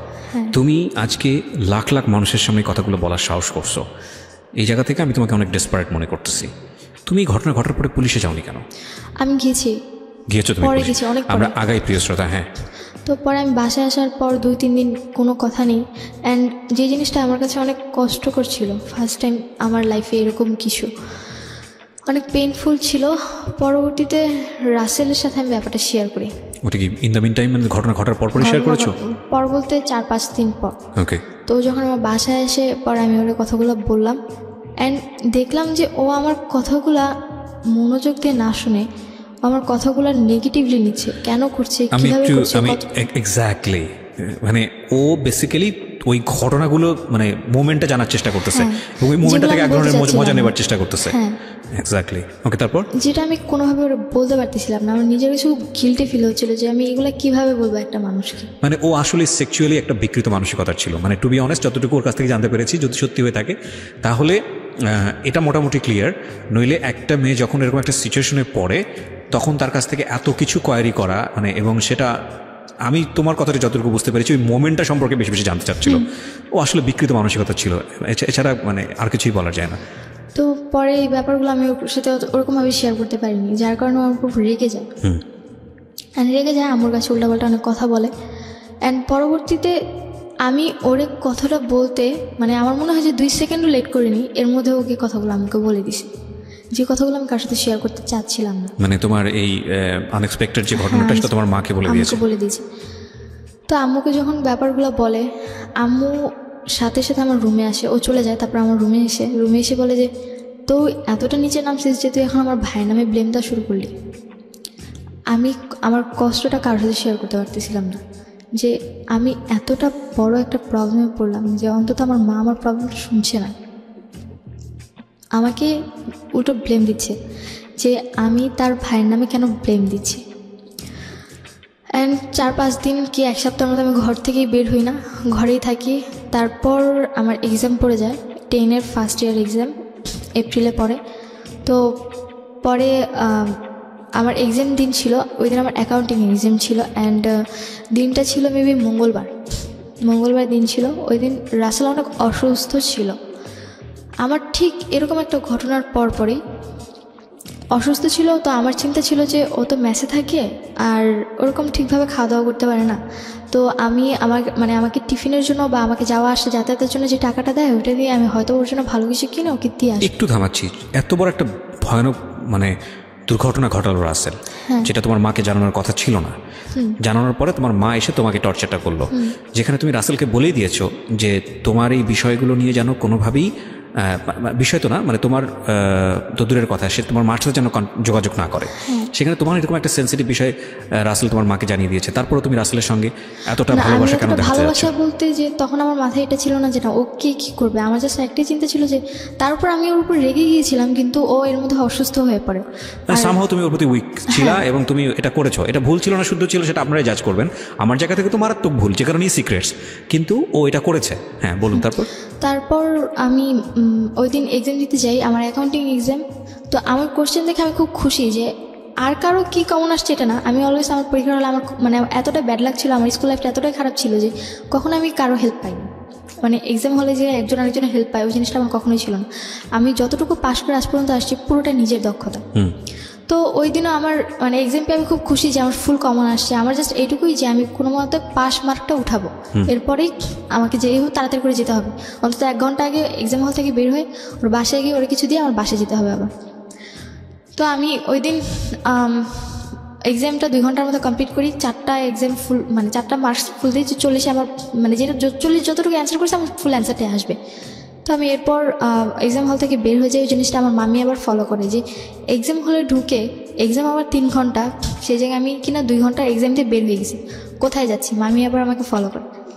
তো মামি ফলো করে পরে আমি মেন রোডের দিকে ফলো করে। মামি। কোন মামি এটা? এটা হচ্ছে আমার মেঝো মামার ওয়াইফ। আচ্ছা। তো সবাই তোমার সম্পর্কে একটা নেগেটিভ পারসেপশন, সুতরাং সবাই ফলো করে। ওকে। তো পরে দেখলো যে আমি একটা দোকানে ঢুকলাম, ঢুকে রুটি কিনলাম আর বাইরে থেকে কলা কিনলাম, তো আর মেডিসিন যেটা নর্মালি কিনে যাচ্ছি। তো মামি আমাকে অনেকক্ষণ ফলো করে, তো ফলো করার পর মামি দেখলো যে আমি শুভর বাড়ির সামনে এসে একটা ফ্যাক্সিলোডের দোকান থেকে। শুভকে? শুভ বলতে রাসেলের ফ্রেন্ড। ওকে, রাসেলের ফ্রেন্ড। হ্যাঁ। তো ওর নাম্বার আমার মুখস্থ ছিল, তো আমি ফ্যাক্সিলোডের দোকান থেকে শুভকে ফোন করছি যে শুভ ভাই আপনি কোথায় আছেন? পরে বললো যে আমি তো বাড়িতেই আছি। বলে কিন্তু রাসেল কি আসে? তাহলে আমি আসতাম। ওর ফোনে ফোন দিচ্ছি, ফোনটা সুইচ অফ, ওর ফোনটা সুইচ অফ ছিল। তো পরে শুভ ভাই বলতেছে যে কই আমিও তো ওর ফোনে দিয়ে পাচ্ছি না, আর ও তো বাসায় নেই, ও তো আরও 2 ঘন্টা আগে বের হয়ে গেছে। তখন আমার মাথায় একটা জিনিসে কাজ করতেছিল, আমার পরীক্ষা 2 ঘন্টা আগে, তার আমি 2 ঘন্টা আগে বের হয়েছি, ও 2 ঘন্টা আগে কোথায় গেছে। আমি ওই জায়গার 1 সেকেন্ডও লেট করলাম না। মামি জাস্ট ওইটা দেখলো আমাকে ফ্যাক্সিলোডের দোকানে কথা বলতে। মামি আমার সাথে সাথে আম্মুকে ফোন করছে, আম্মুর ফোনটা তখন সুইচ অফ ছিল। আমার লাকটা এত ভালো ছিল যে হয়তো বা কিছু জানার জন্য আল্লাহ আমাকে এই জায়গায় হেল্প করছে। ওকে, এবং ভয়ানক কিছু একটা আমরা দেখতে চাচ্ছি, এটা আমরা খুব ভালো করেই বুঝতে পারছি। তো আমি যখন শুভ ভাইয়ের কাছ থেকে এই ইনফরমেশনটা পাই, আমার মাথা আর কোনো কাজ করে না, আমাকে যেভাবে হোক বাড়ি পৌঁছাতে হবে, এবার 1 ঘন্টায় হোক বা 5 মিনিটে হোক।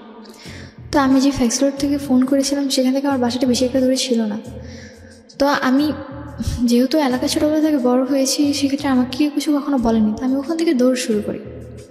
তো আমি বাসার গলির সামনে গিয়ে এক পর্যায়ে হাঁপিয়ে যাই, তো ওখানে একটু দাঁড়াই যে আমাকে দৌড়ে যদি আমি বাসায় যাই তাহলে ওরা নক পেয়ে যাবে, আমাকে এমনভাবে যেতে হবে যে না আমি হঠাৎ করেই আসছি। তো পরে আমি বাড়িতে গেটটা আসলেই মনে হয় ওই দিন আমার লাকটা খুব ভালো ছিল।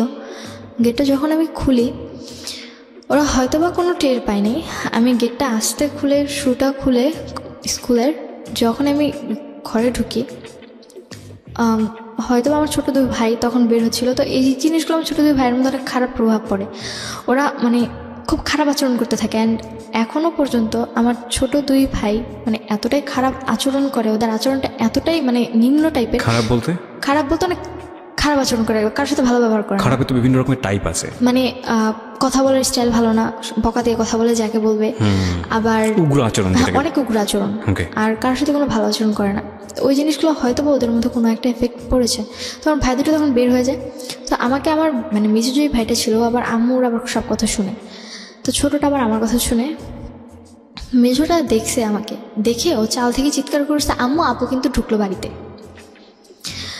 ও পাশের বাড়ির চালে মানে কয়েকটা ছেলে মিলে চালের মধ্যে ঘুরে উড়াইতেছিল, তো আমাকে দেখছে আবার। তো আমি যখন আস্তে করে ঘরে ঢুকে শুটা খুলছি তখন চিৎকার করেছে যে আম্মু আপু কিন্তু ঘরে ঢুকলো। এই কথাটা আম্মু শুনছে, শুনে তাড়াতাড়ি করে যেই উঠতে গেছে আমি রুমের মধ্যে প্রবেশ করে যখন তাদেরকে এমন একটা সিচুয়েশনে দেখি যেটার জন্য সত্যি হয়তো বা আমার জন্য আনএক্সপেক্টেড ছিল। আমি ওখানে খাবারগুলো রেখে বসে, এটা তোমার জন্য আনএক্সপেক্টেড ছিল, বাট আমাদের জন্য সবার জন্য, যারা আমরা স্টোরিটা শুনছিলাম তাদের সবার জন্য এটা এক্সপেক্টেড ছিল। ওকে, অন্যান্য সবার ক্ষেত্রে এটা যেমনটা হোক নিজের ক্ষেত্রে মেনে নিয়েছি। হয়তো বা ওদিক থেকে আমার কোনো উইকনেস ছিল না, কিন্তু অফকোর্স তোমার উইকনেস ছিল এবং ওটা ভুল ছিল। আমি তো বলছি যে অ্যাডোলেসেন্স পিরিয়ডে ছিল, তুমি সবই তোমার মতো প্রতিবাদ সত্তা গ্রো করেছে, কিন্তু লজিকটা গ্রো করেনি। লজিকটা যদি গ্রো করতো তাহলে তুমি নিশ্চয়ই ছেলেটার সাথে এভাবে জড়াতে না। হ্যাঁ, তো পরে যখন এই জিনিসগুলো দেখি আমার হাত থেকে কলার রুটি পড়ে যায়, তো আমার ছোটো ভাইটা মানে মিজু যে ভাইটাও চাল থেকে তাড়াতে মানে পাশের বাড়ির চাল থেকে নেমে আমাদের বাড়িতে ঢুকে বয়স কত ওর বয়স এখন চলতেছে মেবি 12, আর তখন ছিল মেবি 8 কি 9 এরকম ছিল। তো পরে ও আর কোনো কথা বলে না, ও এই সিচুয়েশনটা দেখে ওর সামনেও, ওর সামনে। মানে এমন কোন সিচুয়েশন কি ছিল যে খুবই বিব্রতকর?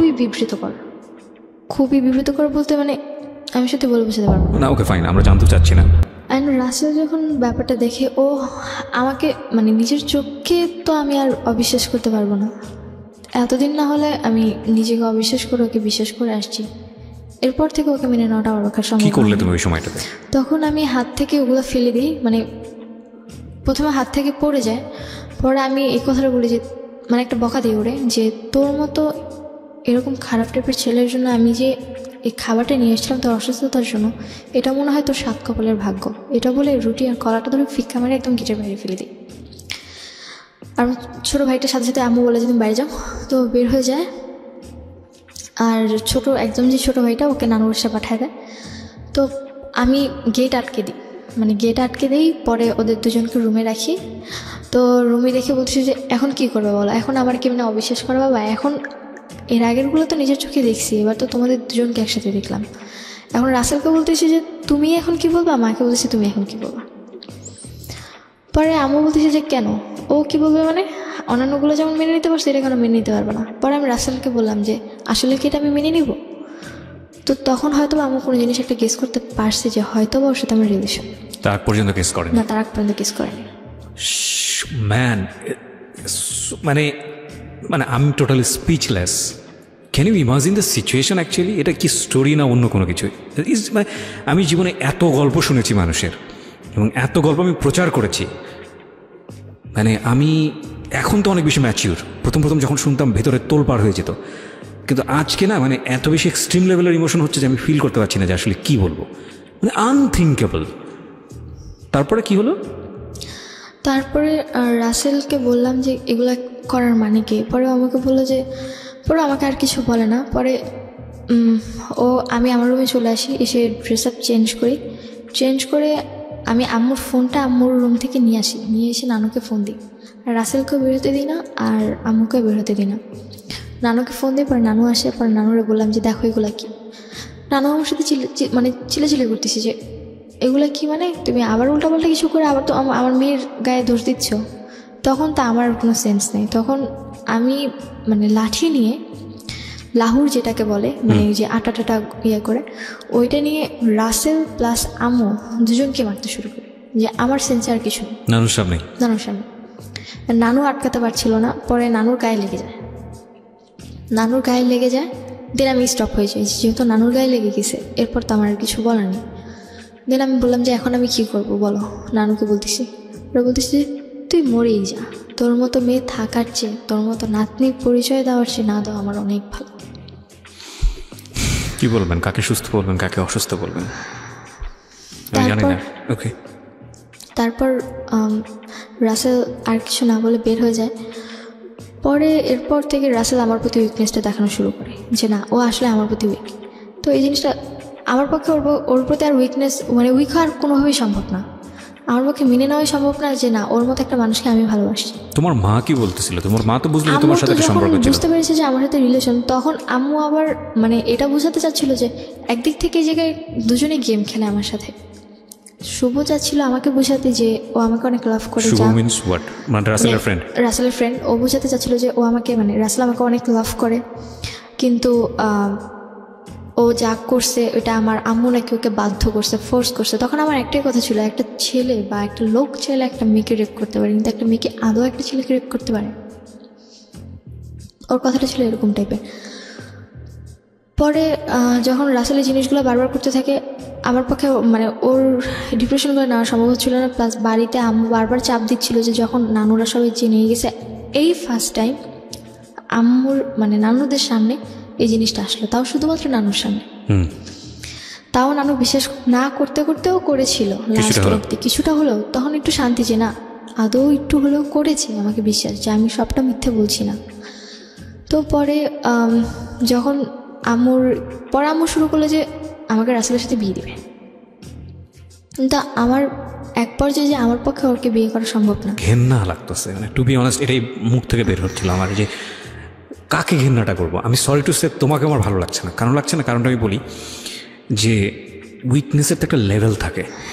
তুমি ডেফিনেটলি আজকে যা বলতে আসছো এখানে সব কিছু স্বীকার করবা, এবং তুমি এইরকম একটা কিছু দেখার পরেও রাসেলের প্রতি তুমি যদি বিন্দুমাত্র সিম্প্যাথি দেখাও, তাহলে আমি মনে করবো যে না, তোমার কিছু না কিছু প্রবলেম আছে।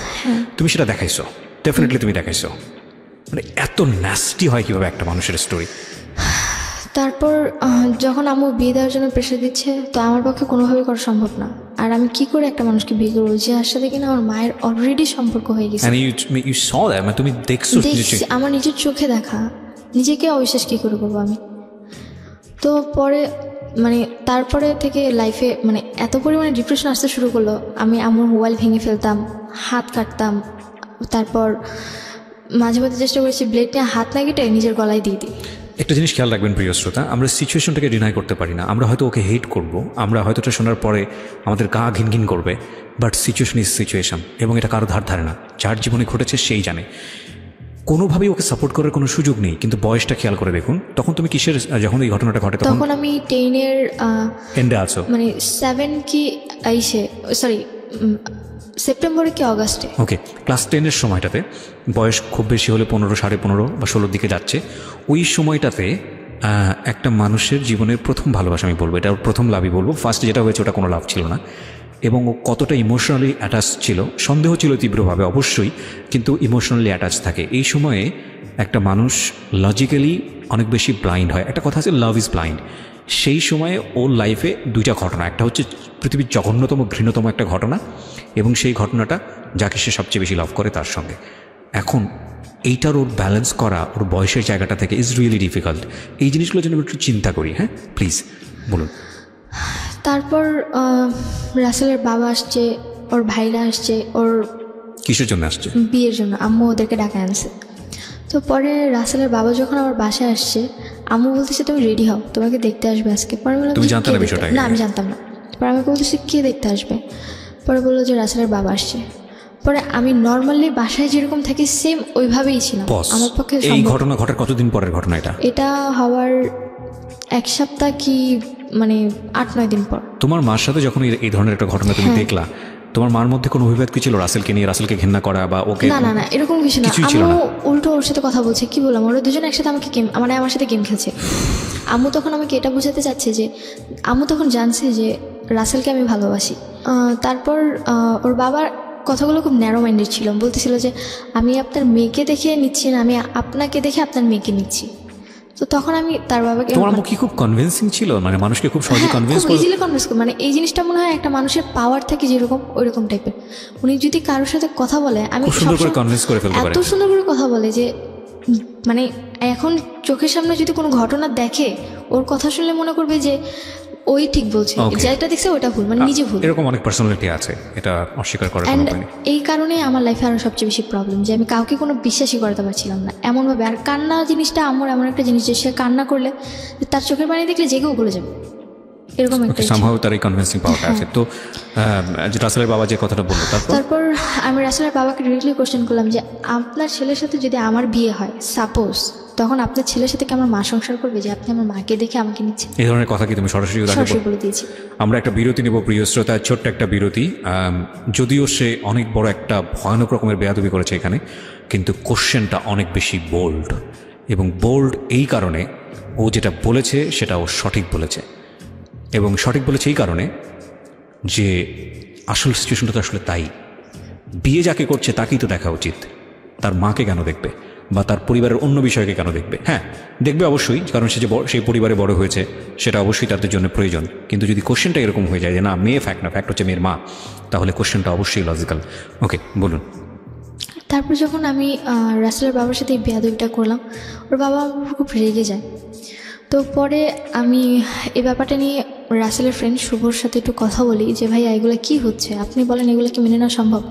যখন শুভ এই ব্যাপারটা জানতে পারে, আমার মায়ের ব্যাপারটা, রাসেলের ব্যাপারটা, তখন সে আমার বলে যে আসলে শুভা তোমাকে থাপ্পড় মারা উচিত।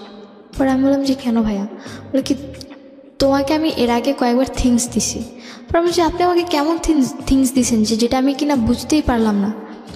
তো তখন যখন আমি এই কথাগুলো তারা বললাম, সে আমার বলতেছে যে শোনো আসলে ওদের ফুল ফ্যামিলিটাই এরকম। আজকে যদি তোমার সাথে রাসেলের বিয়েও হয়, দেখবে 2 দিন পর ওর বড় ভাই তোমার সাথে খারাপ আচরণ করা শুরু করছে। তারপর মানে আমার তো অলরেডি রাসেলের প্রতি একটা ঘেন্না চলেই আসছে, তার মধ্যে ওর ফ্যামিলির ব্যাকগ্রাউন্ড সম্পর্কে যখন আমি আস্তে আস্তে ওর ফ্রেন্ড শুভর কাছ থেকে জানতে পারলাম, তখন তো আমার পক্ষে কোনোভাবেই আর কোনো কিছু মেনে নেওয়া সম্ভব না। তারপর আমি কি করব কিছু বুঝতে পারতেছিলাম না। এই কথাগুলো শোনার পর তাৎক্ষণিক আমি ওখান থেকে চলে এসে আর রাসেলের বাসায় যাই। মানে ওর মেসেজে ওর কলার ধরে, মানে যে গেঞ্জি টি শার্টটা পরেছিল ওটার কলার ধরে একটা রাস্তায় নিয়ে এসে রাস্তার মাঝখানে ওকে একটা থাপ্পড় মারি যে তোর মতো ছিল এটাই প্রাপ্য। ওইটা বলে বাসায় এসে সহ্য করতে পারি না আসলে, যে আমি যারা এতটা বেশি লাভ করি তার ব্যাপারে আমি এমন কিছু জানলাম যেটা কিনা আমি এতদিনে জানতে পারলাম না। এত বড় ভুলটা আমি কেমনে করলাম? মানে তখন নিজের প্রতি এতটা বেশি ঘেন্না হচ্ছিল, আর মানে তখন মনে হচ্ছিল যে দুনিয়ার কাউরে আর ঘেন্না করার দরকার না, আমার নিজেই এনাফ আমার নিজের জন্য। তারপর কি করবো কিছু বুঝতে পারতেছিলাম না, মাথা পুরোপুরি খারাপ হয়ে গেছিলো, মোবাইল ভেঙে ফেলছি, প্লাস ঘরের মধ্যে মানে কিচ্ছু বুঝতে পারতেছিলাম না আসলে আমি করবোটা কি। তখন কোনো কিছু হাতে না পেয়ে পেলাম ব্লেড। হাতে ব্লেড পেয়ে আমার আর কোনো চিন্তা নেই। আমি আবার যে কোচিংয়ে পড়তাম ওই স্যার আবার মাঝে মধ্যে আমাদেরকে মানে সচেতন করার জন্য অনেক কথা বলতো। উনি একবার বলেছিল যে সুইসাইড করার জন্য অনেকে আছে যে মানে পানিতে ঝাঁপ দেয় বা কলাই দড়ি দেয়। আসলে এর চেয়ে সহজ উপায় হচ্ছে যে যদি কেউ হাতের শিরা কেটে দেয়, ক্লাসে বলেছে হ্যাঁ, যদি শিরা কেটে দেয় তাহলে 10 মিনিট সর্বোচ্চ, তাহলে এই 10 মিনিটের মধ্যে সে মারা যাবে, এটা কনফার্ম। তো সো এইসব ভুল যেন আমরা ভুলেও না করি, মানে এটা জাস্ট আমাদেরকে সচেতন করার জন্য করেছে। কিন্তু সচেতন করার জন্য বলে সে টেকনিক বলে দিয়েছে। টেকনিক বলতে এখন আমার কাছে ওটাই, এখন আমার মাথায় ওটাই। অনেক সময় ব্যাপারটা এরকমই, আসলে কেউ হয়তো সচেতন করার জন্য বলছে, কেউ হয়তো এটাকে নেগেটিভলি ব্যবহার করছে। তো তুমি ওটাকে কি করলা? আমি নেগেটিভলি নিয়েছি। ফাইন। আমি হাত কেটে ফেলি, অ্যান্ড হাত কাটার পর আমার আর কোনো সেন্স নেই, মানে শিরা কেটে ফেলি। হ্যাঁ, হাতে শিরা কেটে ফেলি। অ্যান্ড আমি ওইটা কেটে মানে আমি আবার মানে হাত কেটে আমি আবার আমার রুমে গেছি। আমি এটা কেটেছিলাম আমার রুমে, তখন আমার রুমটা খালি ছিল। আমি আমার রুমে তো কাটতে দিবে না, আর স্বাভাবিক মরলে তো দোষ হবেই তাদের ঘাড়ে, এর জন্য আমি আমার রুমে গিয়ে হাত কেটে দিছি। কেটে আমি আবার হাঁটতে হাঁটতে আমার রুমে গেছি। রুমে গিয়ে ব্লেডটা ওয়াইড্রবের যে কাপড়টা ছিল ওটার নিচে ব্লেডটা রাখছি। ব্লেডটা রেখে আম্মুর ফোন নিয়ে আমার রুমে আসছি। আমার রুমে এসে বললাম, ওর মানে রাসেলের বড় ভাইকে ফোন দিছি। ফোন দিয়ে বললাম যে আপনাদের মতো নোংরা পরিবারে যাওয়ার চেয়ে আমার মরে যাওয়া অনেক ভালো। আজকের পর থেকে আপনারা কোনোদিন শুভাকে আর পাবেন না, দয়া করে আমাকে আর কোনোদিন জ্বালাবেন না। তারা মনে করছে হয়তো আমি কোথাও চলে যাচ্ছি, অলরেডি তো আমি রাসেলকে মেরেই আসছি। তো এরপর আমার হাত থেকে ফোনটা পড়ে গেছে, আমি সেন্সলেস। তারপর আমার আর কোনো সেন্স নেই। তারপর যখন আমার 4 ঘন্টা পর যখন সেন্স ফিরে, তখন আমি হসপিটালে, অ্যান্ড আমার হাতে ব্যান্ডেজ করা। পরে আম্মুর মুখ থেকে যেটা শুনলাম যে আমার হেঁটে যে আমি আম্মুর রুমে গেছি আবার আমার রুমে আসছি, তখন রক্তগুলো নাকি নিচে পড়েছিল, যেটা কিনা আম্মু দেখতে দেখতে আমার রুমে আসছে। অ্যান্ড এসে দেখে যে আমি পড়ে আছি, মনে করেছে শুয়েছিলাম, কিন্তু রক্ত দেখে সে আর ঠিক থাকতে পারেনি। হয়তো বা আমার রক্ত তার মধ্যে কোনোটা যদিও চেঞ্জিং আনে। তো সে আমার রুমে এসে যখন আমার হাতটা কাটা দেখে, হাতের মধ্যে তাড়াতাড়ি করে কাপড় পাচ্ছে। তারপর রাসেলকে ফোন দেয়, রাসেল আর আম্মু আর আমার নানুকে ফোন দেয়। 3 জন মিলে আমাকে হসপিটালে নিয়ে এসে আমার হাতে সেলাই করে প্লাস হাতটা ঠিক করে। কোন হসপিটাল এটা? আলসান।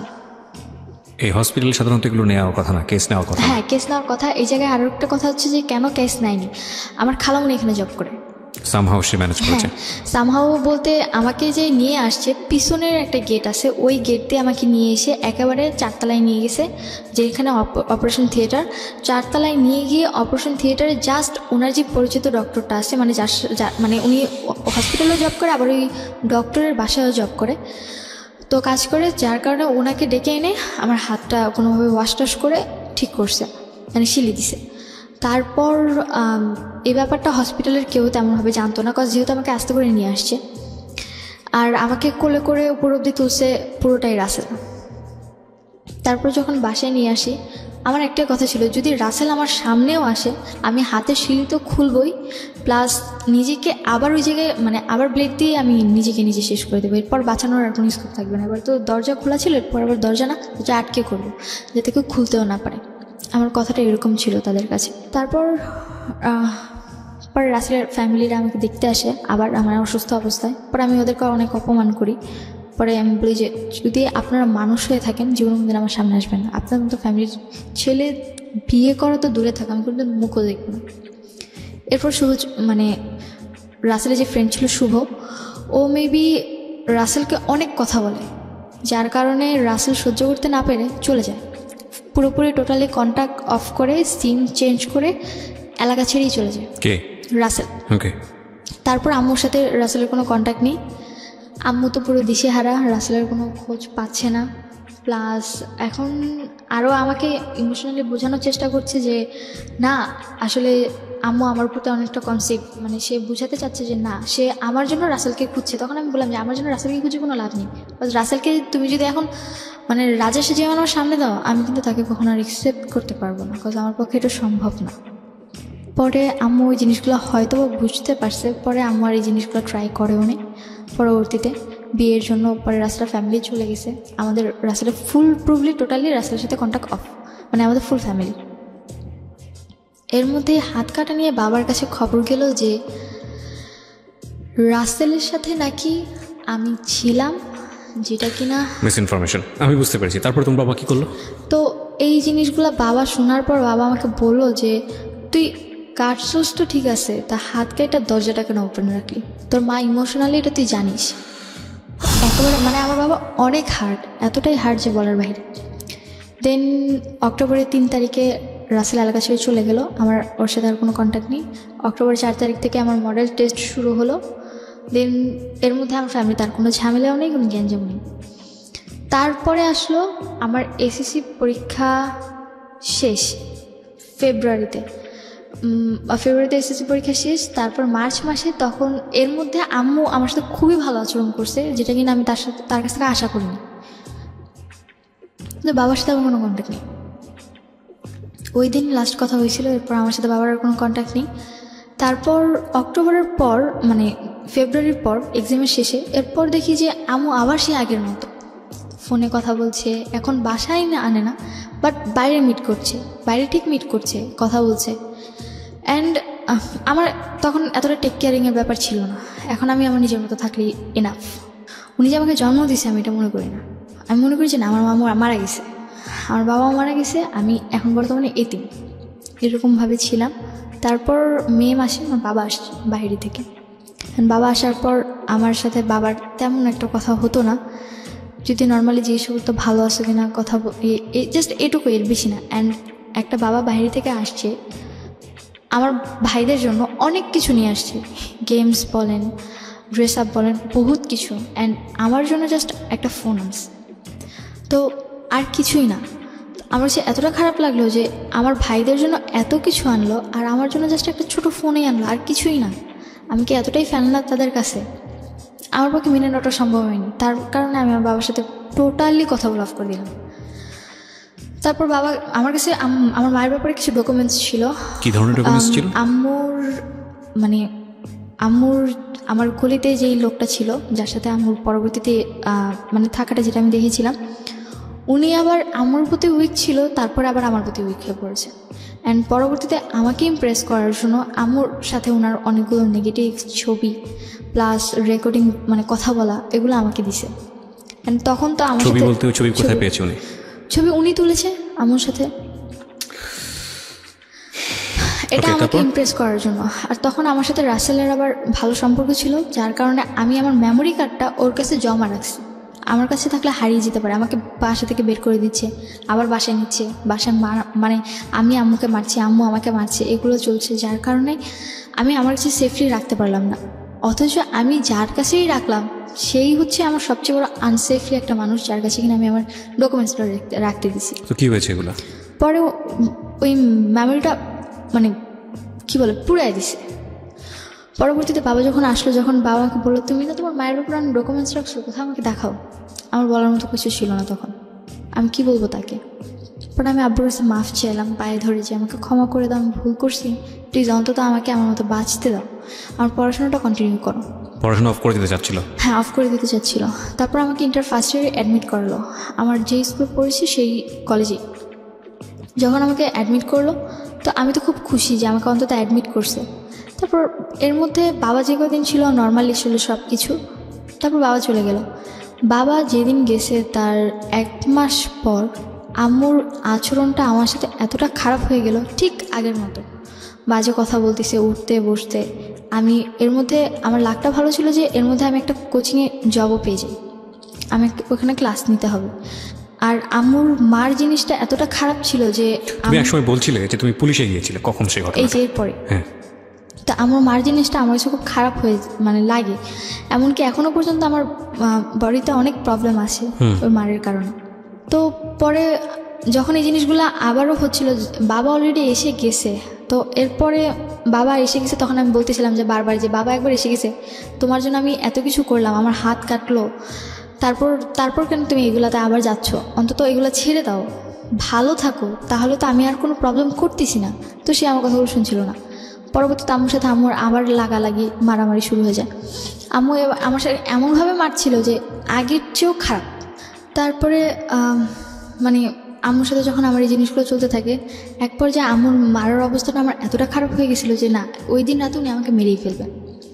আমি আম্মুর রুম থেকে সেই দিনও আমার জামা পুরোপুরি ছিঁড়ে ফেলছে। আমার রুমে একটা জামা ছিল, আমি দৌড়ে গিয়ে আমার রুমের জামা পরছি। আব্বু যেহেতু আমাকে ফোন দিয়ে গেছিলো, আমার কাছে একটা ফোন ছিল, আমার রুমের দরজা নক করে দিছি। এখন কি করবো আমি? এখন যদি আমি রুম থেকে বের হই, হয় সে আমাকে মেরেই ফেলবে। তার হাতে এমন একটা জিনিস ছিল, জিনিসটা খুবই খারাপ একটা জিনিস ছিল। কি ছিল? ওই যে লোহার টাইপের এক ধরনের রড টাইপের ছিল, যে সিনি বলে, যেটা দিয়ে হাতুড়ি পিটা, ওরকম টাইপের ছিল। অলরেডি আমার গায়ে যে বাড়ি দিছে, ঝাড়ুর বাড়িগুলো আমার গায়ের মধ্যে একদম লেগে গেছিলো, ঝাড়ুর ইয়েগুলো। তো অলরেডি হাত দিয়ে রক্ত পড়তেছে, তার মধ্যে এই সিচুয়েশন, কী করবো বুঝতে পারতেছিলাম না। এখন হয় আমাকে বাঁচতে হবে, আর তা নাহলে মরতে হবে, দুটার একটা। কোনো কিছু বুঝতে না পারে শেষে নেটে সার্চ দিলাম। আমার ফোনে নেট ছিল ভাগ্য ভালো, যার কারণে আমি লোন আসে এমবি, তো আমি লোন এনে গুগলে বাড্ডার পুলিশ স্টেশনের নাম্বারটা সার্চ করি, দেন পরে পুলিশের কাছে ফোন করি। পুলিশের কাছে ফোন করার পর পুলিশ আসে বাসায় আসার পর আম্মু তখন একদম শান্ত। পুলিশ আসছে, গেট খুলে না, কিচ্ছু হয় না এই বাসা, এমন একটা ভান। পুলিশ মামাকে ফোন করছে, মামা আবার বড় মামা যে ছিল, মানুষদের সাথে একটু বেশি চলাফেরা করে, যার কারণে থানা পুলিশ লোকজন তারে চিনে, তো তার কথা শুনে পরে তো পুলিশ চলে যায়। পরে মামা ঘরে ঢুকে, পরে পুলিশ বলে গেছে যে পরের দিন যেন থানায় আমাদের উপস্থিত থাকতে হয়। পরে আমরা থানায় গেলাম। পরের দিন আমরা থানায় যে ওসিটা ছিল তার সাথে আমার মামা আগে আলাদা করে কিছু কথা বলতে চাইছে। তো ওসির সামনে মামা আমাকে এমনভাবে উপস্থাপনা করে যে আমার ব্রেন লস, তুমি মানসিকভাবে অসুস্থ। হ্যাঁ, আর মানসিকভাবে অসুস্থ, আর আমি যা বলছি পুরোটাই বানোয়াট, মিথ্যে। তার উপর আমার তখন 18 হয়নি। আর আমি যতদূর পরবর্তীতে শুনেছি যে 18-র আগে নাকি বাংলাদেশের কোথাও কোনো ছাত্র বলেন বা ছাত্রী বলেন, কারোরই পুলিশ স্টেশনে কোনো কমপ্লেন ইজিলি নেওয়া হয় না, বা তাদের কথা মানাও হয় না। তো পরবর্তীতে যখন পুলিশ আমাকে জিজ্ঞেস করলো তোমার এইজ কত, পরে আমি বললাম যে 17+। পরে যে তোমার তো এখন 18 হয়নি, তুমি কী করে কমপ্লেন করলা? আর তুমি এত সাহস কী করে যে তুমি রাত করে আমাদেরকে ফোন দিয়ে হ্যারাস করলা? আর তোমার মার ফেস দেখে তো মনেই হয় না যে সে তোমার উপর এমন টর্চার করতে পারে বা তোমাকে মারতে পারে। পরে আমি হাত কেটে গেছে দেখালাম, বলে কি যে টুকিটাকি ঝগড়া তো ফ্যামিলিতে হবেই, তাই বলে তোমরা থানা পুলিশ পর্যন্ত নিয়ে আসবা। ওসির আচরণটা এতটাই খারাপ ছিল যে এখনও পর্যন্ত আমার পুলিশদেরকে সবচেয়ে বেশি ঘেন্না হয়। আমি একসময় তাদেরকে অনেক রেসপেক্ট করতাম। উইথ ডিউ রেসপেক্ট, সব ওসি একরকম না, সব পুলিশ একরকম না, যে কারণেই আমাদের একটা বড় ভুল হয়ে যায়। আমরা একজনকে দিয়ে পুরো কমিউনিটিকে চিন্তা করি। আমি আমার লাইফে, আমরা কিছুদিন আগে এখানে একজন পুলিশ অফিসারের জীবন গল্প প্রচার করেছি বুধবারে, যদি তোমার শোনা হয়ে থাকে। আমি বলছি না যে পার্টিকুলারলি কেউ ভালো কিংবা কেউ খারাপ, কিন্তু একজনের জন্য পুরো কমিউনিটির আমরা একটা খারাপ ব্লেম দিই। তুমি তোমার লাইফে যে এক্সপিরিয়েন্স ফেস করেছো, যে কারণেই হয়তো তোমার এই ধরনের পারসেপশন হচ্ছে। এমনও হতে পারতো তুমি একজন ভালো অফিসারের কাছে গিয়েছো এবং তাদের অনেক ক্ষমতা, অফকোর্স গভর্নমেন্ট থেকে তাদেরকে ক্ষমতা দেওয়া হয়, তারা যদি তোমাকে প্রপারলি জাজ করতো তাহলে হয়তো বিষয়টা এরকম হতো না। বা তুমি যেটা বলছো সেটা যে আদৌ কতখানি সত্য সেটা তো বিশ্বাস করার একটা বিষয় থাকে, এবং সেটা যেহেতু টাইম মেশিনে চড়ে গিয়ে পুরো জিনিসটা দেখা যায় না, সুতরাং আরেকজনের জায়গা থেকে হয়তো পুরো গল্পটা যে তুমি যে এখানে বলেছো, কেউ হয়তো বিশ্বাস করেছে, কেউ হয়তো বিশ্বাস করেনি, তিনি তার মতো করে হয়তো জিনিসটা বিশ্বাস করেননি। তবে কেসটা যেহেতু এতটা জটিল ছিল, আমার মনে হয় একটু হলেও খতিয়ে দেখা প্রয়োজন ছিল। পুরোপুরি ডিনাই না করে দিয়ে খতিয়ে দেখতে পারতো, যে তোমাকে বিশ্বাস করি না কিন্তু আমরা একটু অবজার্ভ করতে চাই যে আসলে সিচুয়েশনটা কী। হ্যাঁ, তো যাই হোক, তারপরে কি হলো? তারপর ওসি আমাকে বললো যে তোমার মা তো এটা সৎ মা না। পরে বললাম যে জি না, আমার সৎ মা না, আমার আপন মা। বলে কি আপন মা পৃথিবীতে এমন কেউ হতেই পারে? Exactly, that is my question also. আপন মা পৃথিবীতে আসলে এরকম হয়? এটা আসলেই খুব ডিফিকাল্ট। বাট ওই যে একটা কথা আছে, জীবন আসলেই কোনো এথিক্সের ধার ধারে না কখনো কখনো। হ্যাঁ, তারপর উনি আমার কথাগুলো বিলিভ করে না। পরবর্তীতে আমরা ওখান থেকে চলে আসি, মানে থানা থেকে আমাদেরকে বলে যে যে জিডিটা করছো তুমি ফোন দিয়ে ওটা ক্লোজ করে যাও। আর ফোন দিয়ে জিডি করো মানে তুমি নিজে লেখো নি? ওনার জিডি এন্ট্রি বলে দিয়েছি, উনি ওই অনুযায়ী লিখে নিয়েছে। আচ্ছা। তো পরবর্তীতে বললো যে পরে ওখানে জিডি যে টাকা ছিল, যতটুকু দরকার ছিল ওটা পরে আমই দিছে, আমি আর কিছু বলিনি। জিডির টাকা মানে জিডিতে কোনো টাকা লাগে না? আমি ওখানে লেগেছিল। আচ্ছা। তো পরে আমি ওখান থেকে উইথড্র করো তুমি? হ্যাঁ, উইথড্র বলতে আমি তো চলে আসি, ওই যা যা করছে আমি ওখান থেকে থানা থেকে বেরিয়ে ডিরেক্টলি বাসায় চলে আসছি। বাসায় এসে বাসার পিড়ার সামনে বসেছিলাম। তো পরবর্তীতে দেখলাম যে এখন আমি পুরোপুরি অসহায়, মানে আমার পাশে না আছে গভর্নমেন্ট, না আছে আমার ফ্যামিলি, না আছে আমার কোনো রিলেটিভ, না পাইলাম আমি আমার লাইফে আমার ভালোবাসার মানুষটা, কিছুই নাই। লাস্ট কিছু আর কি বলার আছে? আর বলতে তারপর এখন পর্যন্ত ওইভাবেই চলছে দিন। এখন আমার আম্মুর সাথে আমার টোটালি মানে কোনো কথা নেই, মানে সে বললে বলে কিন্তু আমি শুনি। এখন টোটালি আমি তার সাথে কোনো কথা বলি না, মানে একটা বোবা যেরকম থাকে আমার একটা বাড়িতে, আমি সেম ওইভাবে থাকি। প্লাস আমি শুধু জাস্ট ওই বাড়িতে থাকি, আমার খাবার খরচ, পড়ার খরচ যতটুকুই আছে ফুলটা এখন নিজেকে চালাতে হচ্ছে। খাবার খরচ তোমাকে দিতে হয়? হ্যাঁ, আমার নিজেটা নিজেকে করতে হয়। কজ আমার মা ডিরেক্টলি কথা, যদি আমি আমার বাসার খাবার খাই তাহলে আমি আমার মরা ভাইয়ের মাথা খাই।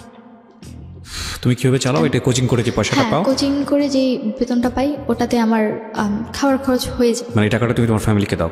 না, ফ্যামিলিকে দিই না, মানে তুমি নিজে কজ ওনারা আমার জন্য করবে না। প্রথমে মনে করেছিলাম যে নিজে নিজে রান্না করো নিজের জন্য। রান্না বলতে হ্যাঁ, নিজে রান্না করতে, মানে যখন রান্না করতে হয় তো করি, আর তা না হলে বাইরে থেকে খাবার আনি। কিসে পড়ছো তুমি? আমার পড়াশোনা ইন্টার ফার্স্ট ইয়ার পুরোপুরি কমপ্লিট করেছি, অ্যান্ড সেকেন্ড ইয়ার ভর্তি ডেট ছিল, এখন নেই। এখন পড়াশোনা স্থগিত। পড়াশোনা বন্ধ করে দিয়েছে? হ্যাঁ, পড়াশোনা টোটালি বন্ধ। কজ আমার পক্ষে তো নিজে পড়াশোনা এতটা চালানো সম্ভব না, পড়াশোনাটা এত সহজভাবে চালানো যায় না। Very earliest situation of. এখন পর্যন্ত তার কথাবার্তার সিচুয়েশন এরকম চলে যাচ্ছে, অ্যান্ড এখনও প্রতি রাতে আমার নামে আজও সেই কথাগুলো বলে যাচ্ছে। আমি বোধহয় জীবনে কখনোই কথাগুলো অফ করতে পারবো না তার। আচ্ছা, আমি না মানে গল্পটা শোনার পরে এতগুলো অ্যাঙ্গেল গল্পের, যেই অ্যাঙ্গেলেই কথা বলতে চাই না কেন, ঘন্টার পর ঘন্টা বলতে পারবো, কিন্তু আমি আসলে এত বেশি অ্যাঙ্গেল তো আমি কী বলবো আমি বুঝতে পারছি না। আমার শুধু এতটুকুই, মানে যতটুকু মনে আসছে, যা আসছে বলে দিই, আমার কাছে এরকম মনে হচ্ছে। প্রথম কথা হচ্ছে, তুমি আজকে যে ঘটনাটা বললা এটা তোমার লাইফে ঘটেছে কি ঘটেনি সেটা আমি জানি না, মানে টু বি অনেস্ট, কারণ আমি এগুলো দেখে আসিনি। কিন্তু এই রকম ঘটনা মানুষের জীবনে ঘটা সম্ভব সেটা আমি বিশ্বাস করি। এর চেয়েও ভয়ানক ঘটনা সম্ভব আমি বিশ্বাস করি। ওকে, তো সেই জায়গাটা থেকে তোমার প্রতি আমার একটা অন্য ধরনের সিম্প্যাথি আছে, টু বি অনেস্ট। আরেকটা বিষয় সেটা হলো যে তোমার আম্মুকে আমি কোনোভাবেই তার দিকে আমি আঙ্গুল তুলছি না। আমাদের অনুষ্ঠানের নিয়ম অনুযায়ী এটা যায় না। তুমি যার সম্পর্কে যেটা বলো না কেন, আমরা আঙ্গুল তুলতে পারি না একটা কারণে। হ্যাঁ, ফাইনালি হয়তো জাজমেন্টের জায়গা থেকে কেউ একজন দোষী, কেউ একজন নির্দোষ, কিন্তু আমরা জাজমেন্ট যেহেতু করি না, আমরা প্রত্যেকটা মানুষকেই ভ্যালুয়েবল মনে করি। তোমার আম্মার জীবন গল্পটা যদি আমরা জানতে পারতাম, বা তোমার আম্মার জীবনের সিক্রেটসটা যদি আমরা জানতে পারতাম তার মতো করে, হয়তো সেখানে হাজারটা লজিক দাঁড় করাতো সে। সুতরাং সেদিক থেকে হয়তো তার প্রতি অন্য রকমের সিম্প্যাথি থাকতো। আমাদের সমাজের সামাজিকতায়, হ্যাঁ, আমরা আমাদের নীতি নৈতিকতার জায়গা থেকে কখনোই এই বিষয়গুলো মেনে নিতে পারি না যে একটা মানুষের সাথে আরও 10 জন মানুষের এ ধরনের অনৈতিক সম্পর্ক থাকবে, এবং সেটা এতটা ওপেনলি হবে, সেটা এতটা বেশি সাপোর্টিভ হবে। কিন্তু এটা সত্য, সমাজের এই হিডেন ফেসটা বা ফ্যামিলির এই হিডেন ফেসটা আমরা কখনোই ওপেন করি না, কিন্তু ভেতরে ভেতরে অনেক কিছুই ঘটে যেটা সামনে আনার মতো না, বা সামনে আমরা আনতে চাই না সামাজিক ট্যাবু থেকে। আমি আমার নিজের ব্যক্তি জীবনের অভিজ্ঞতার কথা বলতে চাই না এই কারণে যে আমি যখন এই বিষয়গুলো নিয়ে রেডিওতে কাজ করা শুরু করেছি, বা আমি যখন ওপেনলি আনার চেষ্টা করেছি, তখন আমাকে ব্যক্তি জীবনে বা পারিবারিক জীবনে বা সামাজিক জীবনে অনেক ধরনের হ্যাসল কিন্তু ফেস করতে হয়েছে। কিন্তু আমাদের এইমটা ছিল, থিমটা ছিল এটাই যে একজন মানুষ যদি সচেতন হয়, মানে অন্তত এইরকম ঘটনা ঘটছে, এর চেয়েও ভয়াবহ কন্টেন্ট আমরা আমাদের টেলিভিশনে, সোশ্যাল মিডিয়াতে বা অন্য কোথাও দেখি। কিন্তু এই ধরনের ঘটনা আমাদের রেডিওতে প্রেজেন্ট করতে গিয়ে অনেক ধরনের বিপদের মুখোমুখি অনেক সময় হতে হয়, অনেক ধরনের কটু কথা আমাদের শুনতে হয়। এবং আমাদের সামাজিকতার জায়গা থেকে আজকাল ফেসবুক আমাদের এত বেশি ওপেন করে দিয়েছে যে আমরা সেখানেও দেখি বিভিন্ন রকমের অনেক কিছু ওপেন। আজকে যেই ঘটনাটা এখানে আমরা উপস্থাপন করলাম অত্যন্ত সাহসের সঙ্গে, আমরা এখানে কাউকে দোষী করতে চাইনি। আমরা এই ঘটনার ফিউচার দেখতে পাচ্ছি। ফিউচারটা অনেক ভয়াবহ এই কারণে যে ধরে নিন ও যেটা বলেছে সব মিথ্যা বলেছে এখানে, এবং মিথ্যা বলে ও যদি নিজের জীবনের প্রতি একটা অন্যায়ও করে বা কারোর প্রতি জিঘাংসাও নেয়, প্রতিশোধও নেয়, সেটা কার লস? সমাজের নাকি সোসাইটির? আগে পরিবারের লস।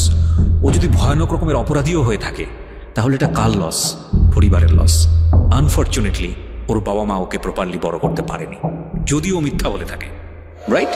তাহলে ওর বাবা মার উচিত ছিল ওকে প্রপারলি বড় করা। ওর বাবা মা যদি ফেল করে থাকতো, তাহলে ও যদি মানসিকভাবে অসুস্থ হয়ে থাকতো, ওকে রিহ্যাবে কেন দেয়নি? ওকে প্রপারলি যে ইনস্টিটিউশনে গেলে ওকে গাইড করা উচিত সেই ইনস্টিটিউশনে ওকে কেন দেয়নি? ওকে হোস্টেলে রেখে বড় করার চেষ্টা কেন করেনি? যদি ধরে নি ও বাবা মা সঠিক, ও যে বাবা মা যেটা বলেছে যে ও পাগল, পুলিশের কাছে গিয়ে যেটা বলেছে, ওর মামা যেটা বলেছে যদি ওর কথা সত্য হয়ে থাকে, তাহলে সেটা কেন করেনি?